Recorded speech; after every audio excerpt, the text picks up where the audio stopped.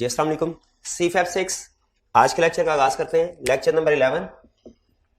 आज हम standard cover करने जा रहे हैं, वो है ISA 710 कंपैरेटिव इंफॉर्मेशन।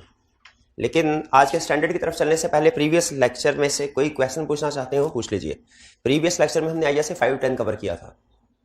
कोई प्रॉब्लम नहीं, शाबाश।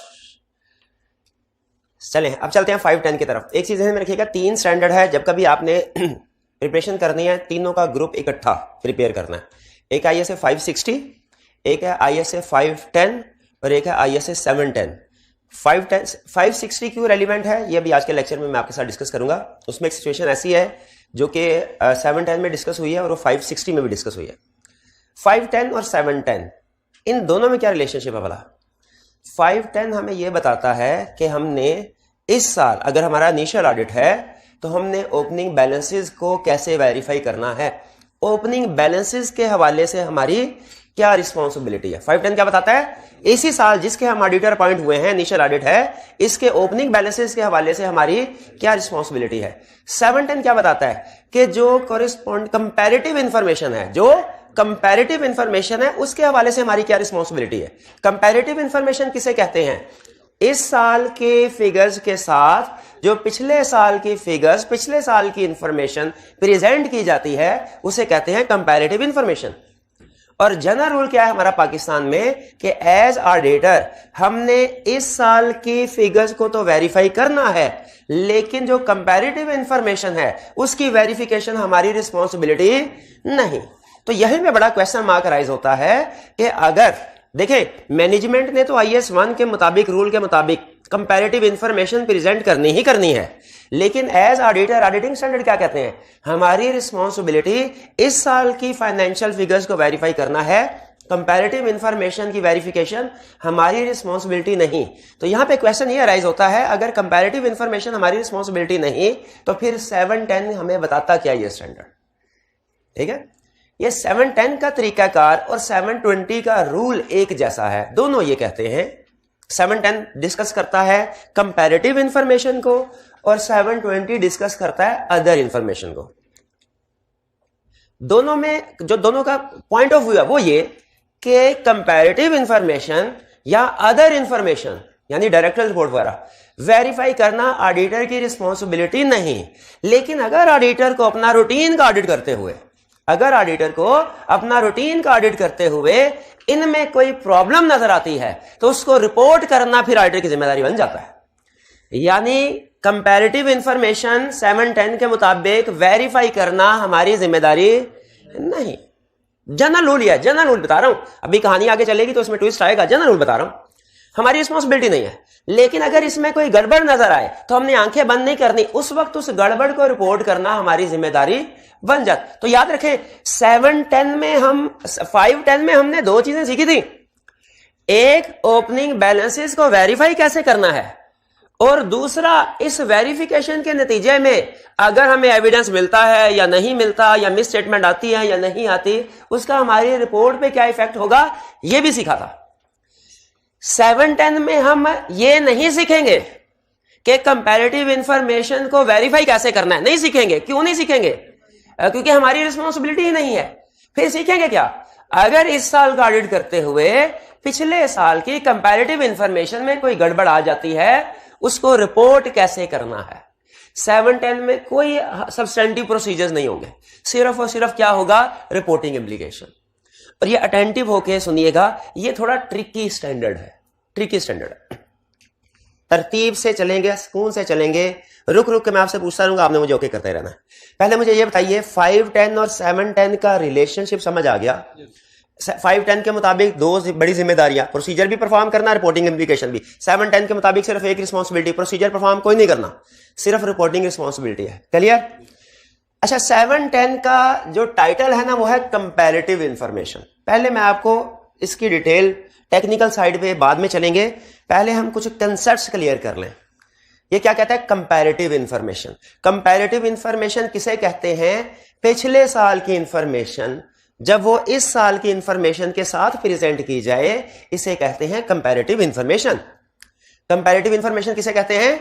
जब पिछले साल की इंफॉर्मेशन को इस साल की इंफॉर्मेशन के साथ प्रेजेंट किया जाए, इसे कहते हैं कंपैरेटिव इंफॉर्मेशन। अच्छा, कंपैरेटिव इंफॉर्मेशन को प्रेजेंट करने के दो तरीके हैं। कंपैरेटिव इंफॉर्मेशन को प्रेजेंट करने के दो तरीके हैं। एक तरीका है कि कंपैरेटिव इंफॉर्मेशन में सिर्फ इंपॉर्टेंट इंफॉर्मेशन को प्रेजेंट किया जाए। जैसे इनकम स्टेटमेंट, बैलेंस शीट वगैरह तो चलो सारी ही अहम होती है, वो प्रेजेंट कर दी जाए, ठीक है। लेकिन नोट्स ऑफ अकाउंट्स में, इस साल के नोट्स ऑफ अकाउंट्स में पिछले साल के सारे नोट्स ऑफ अकाउंट्स प्रेजेंट ना किए जाए, सिर्फ अहम इंफॉर्मेशन प्रेजेंट की जाए, ठीक है।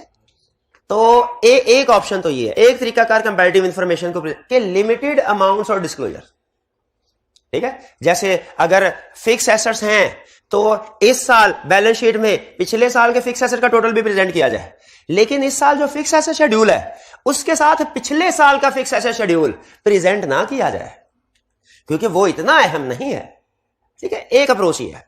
एक दूसरी अप्रोच क्या है कि इस साल की फाइनेंशियल इंफॉर्मेशन के साथ पिछले साल की सारी इच्ची बिच्ची सारी फाइनेंशियल स्टेटमेंट प्रेजेंट कर दो, ज्यादा अहम भी कम अहम भी। कंपैरेटिव इंफॉर्मेशन को प्रेजेंट करने का मकसद यही होता है यूजर कंपेयर कर सके, लेकिन एक तरीकाकार में यूजर को हम सिर्फ की इंपॉर्टेंट इंफॉर्मेशन कंपेयर करवाते हैं और दूसरे तरीकाकार में हम पूरी की पूरी फाइनेंशियल स्टेटमेंट पिछले साल की प्रेजेंट कर देते हैं। हम कहते हैं ये रही फाइनेंशियल स्टेटमेंट। फिर से सुनिए, कंपैरेटिव इंफॉर्मेशन को प्रेजेंट करने के दो तरीके हैं। कंपैरेटिव इंफॉर्मेशन को प्रेजेंट क्यों किया जाता है भला? रीजन क्या है प्रेजेंट करने की? कंपेयर, ताकि यूजर कंपेयर कर सके पिछले साल क्या कहानी थी, इस साल क्या कहानी है, परफॉर्मेंस को कंपेयर कर सके, पोजीशन। तो कंपैरेटिव इंफॉर्मेशन होनी तो चाहिए। अब क्वेश्चन ये है प्रेजेंट कैसे करना है। इसके दो मेथड है। ये 7-10 दो हिस्सों में डिवाइडेड है। एक अप्रोच क्या है कंपैरेटिव इंफॉर्मेशन प्रेजेंट करने की, के less information to the point, specific information, important information present की जाए, ठीक है। और दूसरा तरीकाकार क्या है कि इस साल की फाइनेंशियल स्टेटमेंट के साथ पिछले साल की पूरी फाइनेंशियल स्टेटमेंट प्रेजेंट कर दो। पहले वाले तरीकाकार को कहते हैं कॉरेस्पॉन्डिंग फिगर्स, दूसरे वाले तरीकाकार को कहते हैं कंपैरेटिव फाइनेंशियल स्टेटमेंट्स। यानी कंपैरेटिव इंफॉर्मेशन बड़ी टर्म, कंपैरेटिव इंफॉर्मेशन को प्रेजेंट करना, ये तो हर फाइनेंशियल स्टेटमेंट में होगा। इसको प्रेजेंट करने के दो तरीके हैं। एक कॉरेस्पॉन्डिंग फिगर जिसमें सिर्फ इंपॉर्टेंट इंफॉर्मेशन को प्रेजेंट किया, और दूसरा कंपैरेटिव फाइनेंशियल स्टेटमेंट जिसमें क्या किया जाता है, सारी की सारी फाइनेंशियल स्टेटमेंट को इंक्लूड किया जाता है कंपैरिजन के लिए। लो भाई, जिसको कंपेयर करना है कर लो, जिसको फिक्स एसेट शेड्यूल भी कंपेयर करना है वो भी कर लो, जो भी डिस्क्लोजर कंपेयर करना है कर लो। यानी इसका मतलब हुआ कंपैरेटिव फाइनेंशियल स्टेटमेंट्स में नाम से जाहिर है कंपैरिजन करने के लिए पूरी की पूरी फाइनेंशियल स्टेटमेंट होगी। असल में कंपैरेटिव फाइनेंशियल स्टेटमेंट में दो फाइनेंशियल स्टेटमेंट्स होती हैं, कॉरेस्पॉन्डिंग फिगर में एक ही फाइनेंशियल स्टेटमेंट होती है। फर्क समझ आ रहा है? तो इसीलिए याद रखिएगा, एक टर्म कंपैरेटिव इंफॉर्मेशन है, इसको दो तरीकों से प्रेजेंट किया जाता है। अगर हम पिछले साल की फाइनेंशियल इंफॉर्मेशन को सिर्फ की इंफॉर्मेशन, इंपॉर्टेंट इंफॉर्मेशन कंपैरिजन के तौर पे प्रेजेंट करें, ये क्या होगा कॉरेस्पॉन्डिंग फिगर।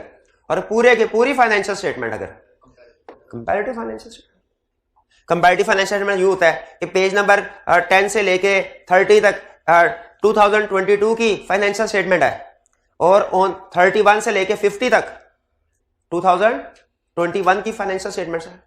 यानी दो सेट्स होते हैं फाइनेंशियल स्टेटमेंट्स के जो साथ साथ प्रेजेंट किए जाते हैं। दोनों में फर्क समझ आया? अगर फर्क समझ आया तो मुझे बताइए, पाकिस्तान में कंपैरेटिव इंफॉर्मेशन प्रेजेंट की जाती है फाइनेंशियल स्टेटमेंट के साथ, कॉरेस्पॉन्डिंग फिगर के तौर पे के कंपैरेटिव फाइनेंशियल स्टेटमेंट के तौर पे, कॉरेस्पॉन्डिंग फिगर के तौर पे कंपैरिजन साथ दिया जाता है, साथ में अलग पिछले साल की पूरी फाइनेंशियल स्टेटमेंट नहीं लगा दी जाती, ठीक है। बल्कि कुछ कंट्रीज में इंक्लूडिंग यूएसए, उनमें कंपैरेटिव फाइनेंशियल स्टेटमेंट प्रेजेंट की जाती है। यहां तक बात समझ आई? अच्छा, फिर मुझे बताइए, आपसे जजमेंटल क्वेश्चन पूछता हूं। कॉरेस्पॉन्डिंग फिगर का मेथड अडॉप्ट करना है कंपैरेटिव इंफॉर्मेशन को रिपोर्ट करने के लिए कि कंपैरेटिव फाइनेंशियल स्टेटमेंट, किसकी मर्जी है? ऑडिटर की, के मैनेजमेंट की? किसी की भी नहीं। एप्लीकेबल फाइनेंशियल रिपोर्टिंग फ्रेमवर्क क्या कहता है? एप्लीकेबल फाइनेंशियल रिपोर्टिंग फ्रेमवर्क के मुताबिक चलेंगे। पाकिस्तान में रिक्वायरमेंट क्या है? Corresponding figure. लेकिन याद रखें, हम आईएसए पढ़ते हैं तो इसमें ऐसे ही कंसेप्ट जो पाकिस्तान पे अप्लाई नहीं होते वो भी पढ़ते हैं, इसलिए कॉरिस्पॉन्डिंग फिगर भी पढ़ेंगे, कंपैरेटिव फाइनेंशियल। लेकिन यहां पे एग्जाम पॉइंट ऑफ व्यू से असूल बता रहा हूं, अहम एग्जाम पॉइंट ऑफ व्यू से। अगर एग्जाम में कहे कि पिछले साल की फिगर्स को रिपोर्ट किया गया है और ये ना बताए कॉरिस्पॉन्डिंग फिगर के मुताबिक या कंपैरेटिव फाइनेंशियल स्टेटमेंट, आपने अज्यूम क्या करना है? Corresponding figure. कॉरिस्पॉन्डिंग फिगर के रूल्स डिफरेंट है, कंपैरेटिव फाइनेंशियल स्टेटमेंट्स के रूल्स डिफरेंट है। डिफरेंस क्या है ये भी हम आगे चलेंगे, ठीक है? अभी डिस्कस करता हूं। पहले मुझे बताइए, अभी तक की डिस्कशन में आपको सिर्फ एक टर्म का मतलब बताया, कंपैरेटिव इंफॉर्मेशन, ये समझ आ गई आपको? और इसके दो तरीके ये भी क्लियर हो गए। चलिए, मजीद डिफरेंस जो स्टैंडर्ड हमें बताता है वो मैं आपके साथ शेयर कर लूं। वो कहता है प्रेजेंटेशन का तरीकाकार क्या है? अगर कॉरिस्पॉन्डिंग फिगर्स के तौर पे रिपोर्ट कर रहे हैं कंपैरेटिव इंफॉर्मेशन को, तो ये हमारी इसी साल की फाइनेंशियल स्टेटमेंट्स का इंटीग्रल पार्ट है। और अगर कंपैरेटिव फाइनेंशियल स्टेटमेंट्स के तौर पे रिपोर्ट कर रहे हैं तो ये सेपरेट फाइनेंशियल स्टेटमेंट होगी। आपने कभी कंपैरेटिव फाइनेंशियल स्टेटमेंट देखी नहीं होगी, ना ही देखेंगे, लेकिन मैं बता दूं आपको, विजुअलाइज कर लें ताकि आप, अगर कॉरिस्पॉन्डिंग फिगर है 2022 ईयर एंड है, ये लाइन आ रही होगी 2022 की, साथ लाइन 2021 की, यह है कॉरिस्पॉन्डिंग फिगर। अगर कंपैरेटिव फाइनेंशियल स्टेटमेंट है तो ये लाइन आ रही होगी 2022 की, खत्म, आगे की साथ लाइन नहीं लगी होगी, बल्कि क्या होगा, सारी फाइनेंशियल स्टेटमेंट चल रही होगी। आप कहेंगे कंपैरेटिव किधर गया, कंपैरेटिव किधर गया, सारी फाइनेंशियल स्टेटमेंट खत्म हो जाएगी, कंपैरेटिव नजर नहीं आएगा। लेकिन जैसे ही फाइनेंशियल स्टेटमेंट खत्म होगी, आगे फिर से फाइनेंशियल स्टेटमेंट शुरू हो जाएंगी, और वो कौन सी होंगी? पिछले साल की। भाई समझ आई आपको? सेपरेट इंटीग्रल पार्ट और सेपरेट फाइनेंशियल स्टेटमेंट, फर्क समझ आ गया कैसे प्रेजेंट किया जाता है, ठीक है? और फिर इसके बाद ऑडिटर की क्या रिस्पॉन्सिबिलिटी है? ऑडिटर की क्या रिस्पॉन्सिबिलिटी है? कॉरिस्पॉन्डिंग फिगर में ऑडिटर ने सिर्फ करंट पीरियड पे ओपिनियन, सिर्फ यही जिम्मेदारी है। 2022 पे ओपिनियन देगा, 21 पे ओपिनियन नहीं देगा। यही होता है ना, हम 2022 में ओपिनियन देते हैं, 21 पे तो नहीं देते।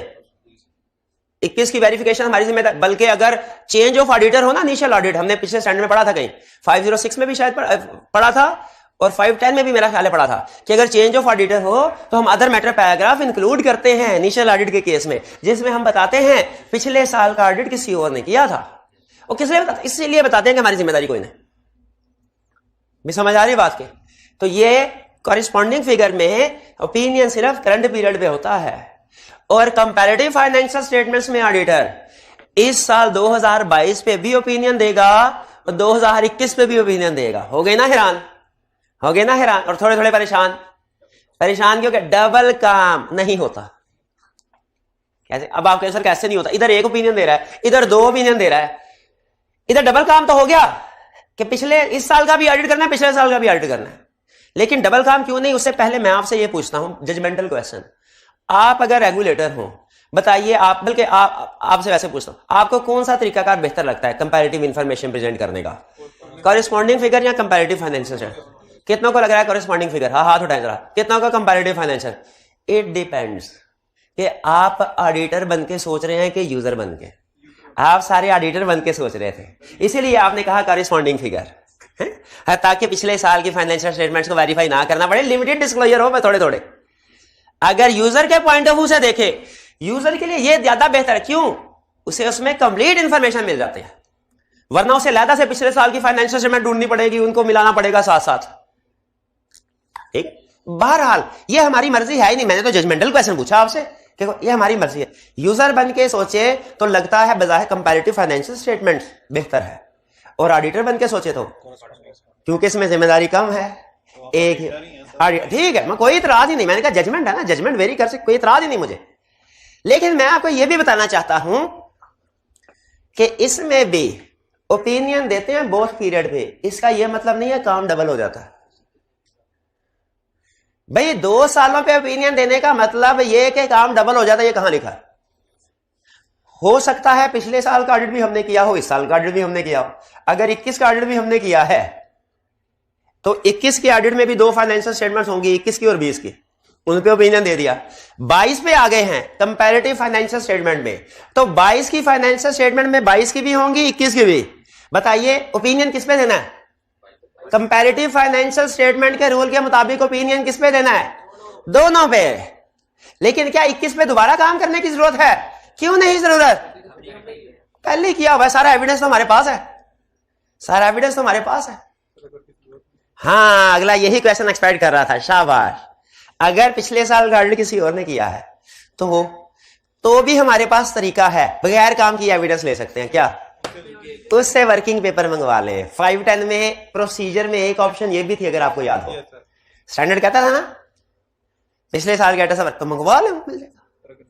अगर ना दे तो हम उसे कहेंगे अच्छा ठीक है, इस क्लाइंट पे तुम हमें नहीं दे रहे ना, अगले क्लाइंट पे हम तुम्हें नहीं देंगे वर्किंग पेपर। सोच लो भैया, ऐसे भाई एक ही दरिया में रहना हो तो सारे मगरमच्छों को एक दूसरे से दोस्ती रखनी चाहिए ना। तो कल को हमारे उसका क्लाइंट हमारे पास आया है, कल को रोटेशन होगी, हमारा क्लाइंट भी तो उसके पास जा सकता है उस वक्त। इसीलिए उस इलाके के लोग एक दूसरे से कोऑपरेट करते हैं। तो ये ध्यान में रखिए कि 2 सालों पे ओपिनियन देने का यह मतलब नहीं है कि आपको काम डबल करना पड़ता है। प्रैक्टिकली काम कम ही करना पड़ता है, डबल नहीं होता, ठीक है। लेकिन बहरहाल थोड़ा बहुत ज्यादा जरूर करने के हो सकता है, लेकिन इतना नहीं जितना बाहिर नजर आता है। फिर से बताइए, पहले यहां पे मैं चेक पॉइंट पे ले हूं लेक्चर को। आपको कंपैरेटिव इंफॉर्मेशन का कंसेप्ट क्लियर हो गया? कंपैरेटिव इंफॉर्मेशन को प्रेजेंट करने के 2 तरीके हैं, दोनों क्लियर हो गए। एक कौन सा है? कॉरेस्पॉन्डिंग फिगर, दूसरा कंपैरेटिव फाइनेंशियल। कॉरेस्पॉन्डिंग फिगर में सिर्फ 1 साल पे ओपिनियन देंगे, इस साल पे, और कंपैरेटिव फाइनेंशियल स्टेटमेंट में 2 सालों पे, ठीक है। प्रेजेंट करने का तरीका क्या है? Responsibility clear. चलिए यहां पे मैं लगा रहा हूं चेक मार्क के, मुझे आपने ओके कर दिया है, ठीक है जी। अब कोई क्वेश्चन हो तो पूछ लीजिए। 560 को अभी नहीं टच करना, मैं खुद करवाऊंगा, अभी करंट लग जाएगा। ना ना अभी नहीं, थोड़ी देर बाद मैं खुद लिंक करवाऊंगा, रुक के फिर आपका क्वेश्चन दोबारा ले लूंगा, आपने नोट कर लेना। नेक्स्ट कंसेप्ट आगे चलने से पहले एक और, क्योंकि ये है ऐसा कंसेप्ट जो 7-10 के साथ वो टच कर लेता बिला वजह। छोटा सा कंसेप्ट है, मुफ्त के मार्क्स होते हैं, लेकिन जो कि हम बाद बड़ी चीज पे फोकस कर रहे होते हैं तो छोटी चीज नजर से निकल जाती है। अक्सर जब 5-10 या 7-10 का क्वेश्चन केस स्टडी सेट करेगा ना, जब वो पिछले साल में से कोई ना कोई मसला निकालेगा, हमें क्वेश्चन में कैसे पता चलेगा ये 5-10 या 7-10 का क्वेश्चन है? वो पिछले साल में या ओपनिंग बैलेंसेस में कोई ना कोई मसला निकालेगा। जब कभी किसी भी केस स्टडी में ओपनिंग बैलेंसेस की बात करें, पिछले साल की बात करें, समझ लें 5-10, 7-10 का क्वेश्चन है। और ऐसी केस स्टडी में अक्सर वो हमें कहता है कि आप इसी साल अपॉइंट हुए हैं, आप इसी साल अपॉइंट हुए हैं। वो कहेगा यू हैव बीन अपॉइंटेड, ये कहेगा, ये नहीं कहेगा यू हैव बीन रीअपॉइंटेड। क्या कहेगा? यू हैव बीन अपॉइंटेड, ये नहीं कहेगा यू हैव बीन रीअपॉइंटेड। क्या फर्क है दोनों में? रीअपॉइंट का मतलब है रिकरिंग ऑडिट है, यू हैव बीन अपॉइंटेड का मतलब है इनिशियल ऑडिट। और जब कभी कह दे यू हैव बीन अपॉइंटेड तो इसका मतलब है कि 5-10, 7-10 की कहानी तो छेड़ेंगे ही छेड़ेंगे, जो भी उसने कहा है। 706 को नहीं भूलना। क्यों? 706 क्या कहता है जिसको नहीं भूलना? अदर मैटर, कि जब कभी इनिशियल ऑडिट होगा हमने अदर मैटर पैराग्राफ इंक्लूड करना है, जिसमें बताना है पिछले साल का ऑडिट किसी और ने किया, उसने ये डेट पे ये ओपिनियन दिया। क्वेश्चन पूछूं एक, देंगे जवाब पक्का?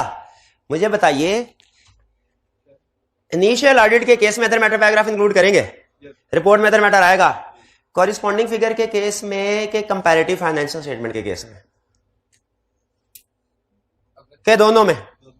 दोनों में, शाबाश। हाँ, अदर मैटर आता है, शाबाश शाबाश। यानी ये रूल कि पिछले साल, अब यानी पिछले साल का ऑडिट किसी और ने किया, इस साल हम ऑडिटर अपॉइंट हुए, तो चाहे कॉरेस्पॉन्डिंग फिगर का केस हो, चाहे कंपैरेटिव फाइनेंशियल स्टेटमेंट का केस, अदर मैटर आएगा। डन जी। ये इनिशियल ऑडिट मैंने आपको बोनस कंसेप्ट बता दिया, केस स्टडी में साथ जुड़ता है 5-10 और 7-10 के। क्लियर? अच्छा जल्दी से मुझे बता दें फटाफट करके, 5-10 और 7-10 में फर्क क्या है? 2 हरफी बात करनी है। 5-10 ओपनिंग बैलेंसेस पे है, 7-10 कंपैरेटिव पे है। 5-10 प्रोसीजर प्लस इंप्लीकेशन रिपोर्ट बताता है दोनों, 7-10 सिर्फ इंप्लीकेशन रिपोर्ट बताता है। शाबाश शाबाश। अब चलते हैं हम रिपोर्टिंग अंडर कॉरेस्पॉन्डिंग फिगर। यहां तक जो बातें की समझ में आ रही हैं, कंप्लेक्स तो नहीं है। अब है reporting under corresponding figure. Corresponding figure जो कि पाकिस्तान में है, यानी ये कंसेप्ट तो आपने ध्यान से पढ़ना और समझना है। ये तो हो सकता है आपके अगले क्लाइंट पे जिस पे आप जा रहे हैं, जाने वाले हैं, उस पे अप्लाई हो रहा हो, ठीक है। Comparative financial statement practical point of view से पाकिस्तान में अहम नहीं है, लेकिन एग्जाम पॉइंट ऑफ व्यू से अहम है। कॉरेस्पॉन्डिंग फिगर तो प्रैक्टिकल पॉइंट ऑफ व्यू से भी अहम है, एग्जाम पॉइंट ऑफ व्यू से भी अहम, और एग्जाम में ज्यादातर क्वेश्चन उसने इसी हिस्से में से पूछे, इसीलिए अलर्ट होके, ठीक। अच्छा सुने, रिपोर्टिंग अंडर कॉरेस्पॉन्डिंग फिगर ये क्यों सिखा रहा है? कॉरिस्पॉन्डिंग फिगर तो वेरीफाई करना हमारी जिम्मेदारी नहीं है। ये नहीं बता रहा। ये पता है स्टैंडर्ड 7, 10 कॉरिस्पॉन्डिंग फिगर वाला हिस्सा कब एक्टिवेट होता है? जब हमें पिछले साल में कोई मिस स्टेटमेंट नजर आ जाए। ये कब होगा? जब पिछले साल में मिस स्टेटमेंट हो in last year, miss statement हो पिछले साल में, तब ये कंसेप्ट अप्लाई होगा। ठीक है? कहानी जी सिर्फ मिस स्कोप लिमिटेशन भी कवर हो जाती है, मॉडिफिकेशन हो यूं कह लें। पिछले साल कोई मिस स्टेटमेंट है या स्कोप लिमिटेशन भी है, लेकिन अब मैं एक ही टर्म बोलूंगा, मिस स्टेटमेंट, ज्यादातर वो वही टेस्ट करता है। मिस स्टेटमेंट हो तो क्या होगा? हमारी जिम्मेदारी क्या है? चलते चलते आपको कहता है भाईजान पिछले साल में गड़बड़ नजर आ गई है, क्या करना है? पिछले साल कॉरिस्पॉन्डिंग फिगर में मिस स्टेटमेंट है, what to do? Standard start का ये हिस्सा स्टार्ट कहां से हो रहा है? कॉरिस्पॉन्डिंग फिगर्स में मिस स्टेटमेंट है, व्हाट टू डू? हमने कहना है, हमने क्या करना है, इट डिपेंड्स कि पिछले साल के ऑडिटर ने क्या किया। भाई कब पिछले सालों में मिस स्टेटमेंट है, इशू क्या है जिससे ये स्टैंडर्ड एक्टिवेट हुआ? पिछले सालों में मिस स्टेटमेंट है। हम देखेंगे पिछले साल का ऑडिटर अच्छा था कि बुरा था? अच्छा था कि बुरा था? भाई इससे क्या मतलब है? इससे मुराद ये है अगर कॉरिस्पॉन्डिंग फिगर में मिस स्टेटमेंट थी, तो अगर तो पिछले साल का ऑडिटर अच्छा था, उसने पिछले साल कौन सा ओपिनियन दिया होगा? मॉडिफाइड। ये है पिछले ऑडिटर की बात कर रहा हूं, पिछले ऑडिटर की। पिछला ऑडिटर अच्छा था, अच्छा ऑडिटर। और अगर कॉरिस्पॉन्डिंग फिगर में मिस स्टेटमेंट थी, पिछले साल के ऑडिटर ने कोई नहीं आइडेंटिफाई की, फिर पिछले साल नहीं आइडेंटिफाई की, तो कर क्या रहा था? करता क्या रहा है? तो याशी करता रहा है। उसको क्या कहेंगे हम? बुरा ऑडिटर। भाई ये समझ आया? ये स्टैंडर्ड एक्टिवेट कब होगा? जब पिछले साल की फिगर्स में मिस स्टेटमेंट होगी। हमने क्या करना है? इट डिपेंड्स कि पिछले साल के ऑडिटर ने ओपिनियन मॉडिफाई किया या नहीं किया। अगर तो उसने ओपिनियन मॉडिफाई किया तो ये तो अच्छी बात है, और अगर नहीं किया इसका मतलब फारिग था वो। बहरहाल हमें तो इससे क्या, हमें तो इस साल से गर्ज है। हम क्या करेंगे? देखिए लॉजिकली चलना है। स्टेप नंबर 1, हम मैनेजमेंट से कहेंगे सर पिछले साल में मिस स्टेटमेंट है, ऐसा कीजिए बेहतरीन अमल का, तर्ज अमल का मुजाहिरा करें। क्या आप प्रीडिसेसर ऑडिटर के पास जाएं, उससे कहे कि आओ मिलके पिछले साल की फाइनेंशियल स्टेटमेंट्स और ऑडिट रिपोर्ट सही करके री इशू करते हैं, सही करके री इशू कर। भाई यही बनता है ना? बेहतरीन तर्ज अमल तो यही है कि मैनेजमेंट पिछले सालों में हमने मिस स्टेटमेंट नजर आई, तो बेहतर है पहले पिछले ऑडिटर को अपने गुनाहों की माफी, पापों का प्रायश्चित करने का मौका दें उसको। और वो कैसे देंगे मौका? मैनेजमेंट से कहेंगे जाओ उसे कहो पिछले साल की फाइनेंशियल स्टेटमेंट्स गलत, ऑडिट रिपोर्ट भी गलत, आओ मिलके हम फाइनेंशियल स्टेटमेंट रिवाइज करें, तुम ऑडिट रिपोर्ट री इशू करो। ठीक है जी? अगर तो वो चलो गलती पे हुआ, मान ली गलती, वो क्या करेगा? अच्छा अब वो क्या करेगा ये 7-10 डिस्कस नहीं करता। 7-10 क्योंकि हम है ना 7-10 में, 7-10 हमें ये कहता है मैनेजमेंट से कहो, और मैनेजमेंट प्रीडिसेसर ऑडिटर से जाके कहे कि आओ फाइनेंशियल स्टेटमेंट और ऑडिट रिपोर्ट इशू करते हैं। 7-10 का स्कोप यहां पे खत्म। लेकिन मैं अब इसको दूसरे एंगल पे भी लेके जाना चाहता हूं। ये इशू कहां डिस्कस हुआ वाला? 560 में पढ़ा था। शाबाश। कि जब आप ऑडिट रिपोर्ट इशू कर दें, फाइनेंशियल स्टेटमेंट इशू हो जाए, उसके बाद कोई मिस स्टेटमेंट सामने आए तो क्या करना है? याद है उन्होंने क्या? अब मैं थोड़ी देर के लिए ना 7-10 से निकल के 560 में आ गया हूं। हम है प्रीडिसेसर, हमने कहा ओ बड़ी गलती हो गई, आओ गलती को सुधारे।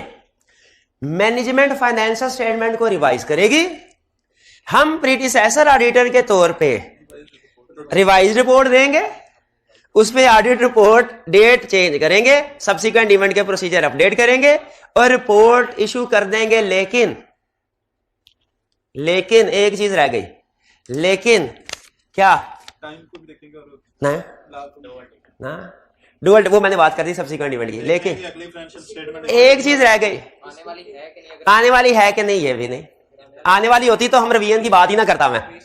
हाँ, आने वाली होती तो मेरे, लेकिन एम्फसिस ऑफ मैटर पैराग्राफ भी तो इंक्लूड करना है, ये सिखाया था। शाबाश, एम्फसिस ऑफ मैटर पैराग्राफ भी इंक्लूड करना है कि क्यों फाइनेंशियल स्टेटमेंट बताया था ना 706 के एग्जांपल में, जब कभी फाइनेंशियल स्टेटमेंट री इशू होंगी, रीस्टेट होंगी, एम्फसिस ऑफ मैटर आएगा। कैसे भूल सकते हैं आप, बताया था मैंने। भाई ये 560 समझ आ गया आपको, लेकिन ये भी आधा हिस्सा बनाया। अगर तो ऑडिटर से गलती हो गई, तौबा कर ली उसने, तो ठीक है, फाइनेंशियल में इशू होगा, एमसीओ मैटर आएगा, डेट को अपडेट करेगा, कहानी खत्म। दूसरा केस, हम प्रीडिसेसर ऑडिटर हैं, मैनेजमेंट आई, सर हमारा ऑडिटर आया है, उसने कहा है पिछले साल में गलती आई, जरा देखें। हमें पता चल गया गलती, हमने कहा ना ना ना ना, हम अब गलती पे रहेंगे कायम, क्योंकि हमारी तो बदनामी हो जाएगी कि हम ऑडिट से ही नहीं करते, तो बदनामी तो हम नहीं होने देंगे। हाँ, कोई इल्जाम लगेगा, हम कोई ना कोई उसको स्टोरी सुना देंगे कि ये वजह थी, नहीं री इशू करने, नहीं। अब देखें 560 के मुताबिक प्रीडिसेसर ऑडिटर दो ऑप्शंस हैं, एक तो सीधी ऑप्शन है, ठीक है, गलती मान लो, और एक दूसरी ऑप्शन क्या है, गलती ना मान लो। 560 समझ आ गया। अब 710 में फिर आ जाएं, 710 में आ जाए। 710 में हमने कहानी कहां छोड़ी थी कि हमें मिस स्टेटमेंट नजर आई कॉरेस्पॉन्डिंग फिगर में, हमने मैनेजमेंट से कहा जाके ठीक करवाओ। मैनेजमेंट गई, वापस आई खुश खुश, हमने कहा क्या, उसने कहा गुड न्यूज, क्या, प्रीडिसेसर ऑडिटर एग्री कर गया, उसने फाइनेंशियल स्टेटमेंट रिवाइज, हमने रिवाइज की, उसने नई रिपोर्ट दी, हमने इशू भी कर दी। हमने कहा बेहतरीन। अब बताइए हमने जो कॉरेस्पॉन्डिंग फिगर यूज करनी है वो कौन सी वाली करनी है, ओरिजिनली इशूड के रिवाइज्ड इशूड, रिवाइज्ड इशूड जिनमें कोई मिस स्टेटमेंट नहीं है। एग्रीड, ये बात समझ आ गई। अच्छा चले, ये तो हो गया इधर, ठीक। हम फिर अब रिपोर्ट में कौन सा ओपिनियन देंगे, अनमोडिफाइड। रिपोर्ट में कौन सा ओपिनियन देंगे, अनमोडिफाइड। सोच के बताइए, क्या इस साल की ऑडिट रिपोर्ट जिसमें हमने अनमोडिफाइड ओपिनियन दिया है, एमसीस ऑफ मैटर आएगा?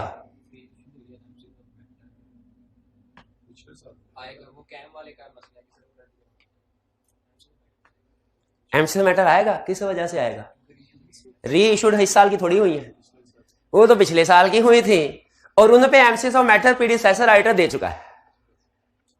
पहुंचे हैं, फूंक फूंक के कदम रखना 710 में, ऐसे नहीं कह दिया ट्रिकी है, थोड़ा सा ट्रिकी है, ज्यादा नहीं है, लेकिन कंसेप्ट ही कंसेप्ट है, प्रोसीजर कोई नहीं है ना, कंसेप्ट ही सारे। भाई ये बात समझ आ गए। आगे चले, कहानी का दूसरा सीन, मैनेजमेंट आई मुंह लटका के, हमने कहा क्या हुआ, उसने धक्के देके निकाल दिया अपने ऑफिस से, उसने कहा भाग जाओ, एक तो क्लाइंट तुम लोग किसी और के पास चले गए हो, और फिर मेरी गलतियां लेके मेरे पास भाग जाओ, नहीं कुछ करना। जब प्रीवियस ईयर की फाइनेंशियल स्टेटमेंट री इशू नहीं होंगी, अब हम क्या करें, हम कहें कोई टेंशन ही नहीं है, हम तो उसके भले के लिए सोच रहे थे, हमें क्या, खुद ही जनरल पब्लिक को खबर पहुंचेगी तो इसको लग पता जाएगा। हम क्या करें, क्या कॉरेस्पॉन्डिंग फिगर को गलत ही रहने दें कि ठीक करें, ठीक करें। जब ठीक करेंगे तो ये वो वाली कॉरेस्पॉन्डिंग फिगर नहीं रहेंगी जो पिछले साल की करंट वाली थी, तो कोई मसला नहीं, वो तो गलत थी, ये सही है। हाँ, एक काम करना है आपने, कॉरेस्पॉन्डिंग फिगर के ऊपर जब लिखेंगे ना ये 2022 और पिछला 2021 है, 2021 के नीचे ब्रैकेट लगानी है और एक लफ्ज लिखना है, रीस्टेटेड, रीस्टेटेड, ठीक है। मैनेजमेंट से कहेंगे चलो छोड़ो, कुछ नहीं, छोड़ो उसको, तुम तो ठीक काम कर लो। मैनेजमेंट कहेगी हमने क्या ठीक काम करना है, कॉरेस्पॉन्डिंग फिगर को रीस्टेट कर दो। उन्होंने रीस्टेट कर दिया, हमने कौन सा ओपिनियन देना, अनमोडिफाइड ओपिनियन। क्या कुछ और लिखना है, MCs of matter, MCs of matter paragraph क्यों, क्योंकि हमने रिपोर्ट देनी है और कॉरेस्पॉन्डिंग फिगर रीस्टेट है, और 706 कहता है रीस्टेट करो, एमसीस ऑफ मैटर दो। और क्या रिपोर्ट पे इंपैक्ट आएगा, अदर मैटर भी आएगा। अदर मैटर क्यों आएगा, इनिशियल ऑडिट है। क्या सिर्फ ये लिखेंगे केस स्टडी में अदर मैटर पैराग्राफ आएगा, कि ये भी लिखेंगे, उसमें रेफर करेंगे पिछले साल का ऑडिटर, अदर ऑडिटर ने किया था, उसने इस डेट के ऊपर ये ओपिनियन दिया, भाई पूरी बात करें कि इशारा कर दे, पूरी बात कर रहे हैं। ठीक है जी, दो कंसेप्ट हो गए। एक, पिछले साल की फाइनेंस मिस स्टेटमेंट नजर आई थी, पिछले साल में मैनेजमेंट को भेजा हमने, फाइनेंशियल स्टेटमेंट से री इश्यू करवा ली उसने, बेहतरीन अमल। इनिशियली गलती की, चलो माफ, अच्छा हो गया। ये क्या कंसेप्ट है कि ऑडिटर ने फाइनेंशियल स्टेटमेंट री इश्यू नहीं की, मैनेजमेंट सॉरी ऑडिटर ने ऑडिट रिपोर्ट रिवाइज नहीं की, मैनेजमेंट ने फाइनेंशियल स्टेट इस साल की रीस्टेट कर दे। तीसरा केस, ना प्रीडिसेसर ऑडिटर ने कहा रिपोर्ट रिवाइज कर दें, ना वो पिछले साल की फाइनेंशियल स्टेटमेंट री इश्यू रिवाइज पे राजी नहीं हुआ। हमने मैनेजमेंट से पूछा आपका क्या इरादा है, हमने कहा हमारा भी कोई इरादा नहीं। उन्होंने कहा मैनेजमेंट प्रीडिसेसर ऑडिटर पिछले साल की ऑडिट रिपोर्ट रिवाइज री इश्यू करने को तैयार नहीं, और मैनेजमेंट इस साल की कॉरेस्पॉन्डिंग फिगर रीस्टेट करने को तैयार नहीं। कहानी समझ आई किस जगह पे पहुंच गई है? दोनों ने लाल झंडी करा दी, फारग है। प्रीडिसेसर ऑडिटर ने कहा नो री इशू, मैनेजमेंट ने कहा नो रीस्टेटमेंट। हमने कहा ठीक है, फिर हम जो कर सकते हैं वो तो करेंगे। इस साल की सारी फिगर्स ठीक है, ओपनिंग भी ठीक है, इस साल की सारी फिगर्स ठीक है, लेकिन पिछले साल में गड़बड़ है। बताइए ओपिनियन कौन सा आएगा? 7-10 आ गया होगा, क्योंकि पिछले साल की मिस स्टेटमेंट है कंपैरेटिव में। ओपिनियन कौन सा? मॉडिफाइड। मुझे यही समझ नहीं आ रही, मॉडिफाइड ओपिनियन क्यों कह रहे हैं आप? इस साल की सारी फिगर्स तो ठीक है, कंपेरेबिलिटी नहीं रही, लैक ऑफ कंपेरेबिलिटी। सही इंफॉर्मेशन को गलत इंफॉर्मेशन के साथ कंपेयर नहीं किया जा सकता। तो कौन सा ओपिनियन? मॉडिफाइड। यानी अगर इफेक्ट मटेरियल है तो क्वालिफाइड, परवेसिव है तो एडवर्स। ये बात समझ आ गई भाई, ये वाला हिस्सा समझ आ गया। अब चलते हैं इस हिस्से की तरफ, कॉरेस्पॉन्डिंग भी। इसमें भी पिछले साल में गड़बड़ थी, लेकिन पिछले साल का ऑडिटर बड़ा शातिर था, उसने गड़बड़ पकड़ ली और पिछले साल ही क्वालिफाइड ओपिनियन दे दिया, मॉडिफाइड ओपिनियन दे दिया। अब ये मॉडिफिकेशन मिस स्टेटमेंट की वजह से भी हो सकती है, स्कोप लिमिटेशन, दोनों की वजह से। पिछले साल का ऑडिटर तो नीट एंड क्लीन होकर निकल गया, हमारी बारी आ गई। हमने क्या देखना है? हमने देखना है कि पिछले साल में प्रॉब्लम है, पिछले साल में मिस स्टेटमेंट स्कोप लिमिटेशन है। हमने देखना है क्या इस साल मैटर रिजॉल्व हुआ कि नहीं हुआ। सुने सुने अल्फाज लग रहे हैं, पिछले लेक्चर में सुनते रहे हैं। मैटर रिजॉल्व होने से क्या मुराद है? कि जो भी मसला था वो इस साल भी ठीक हो गया, पिछले साल का भी ठीक हो गया।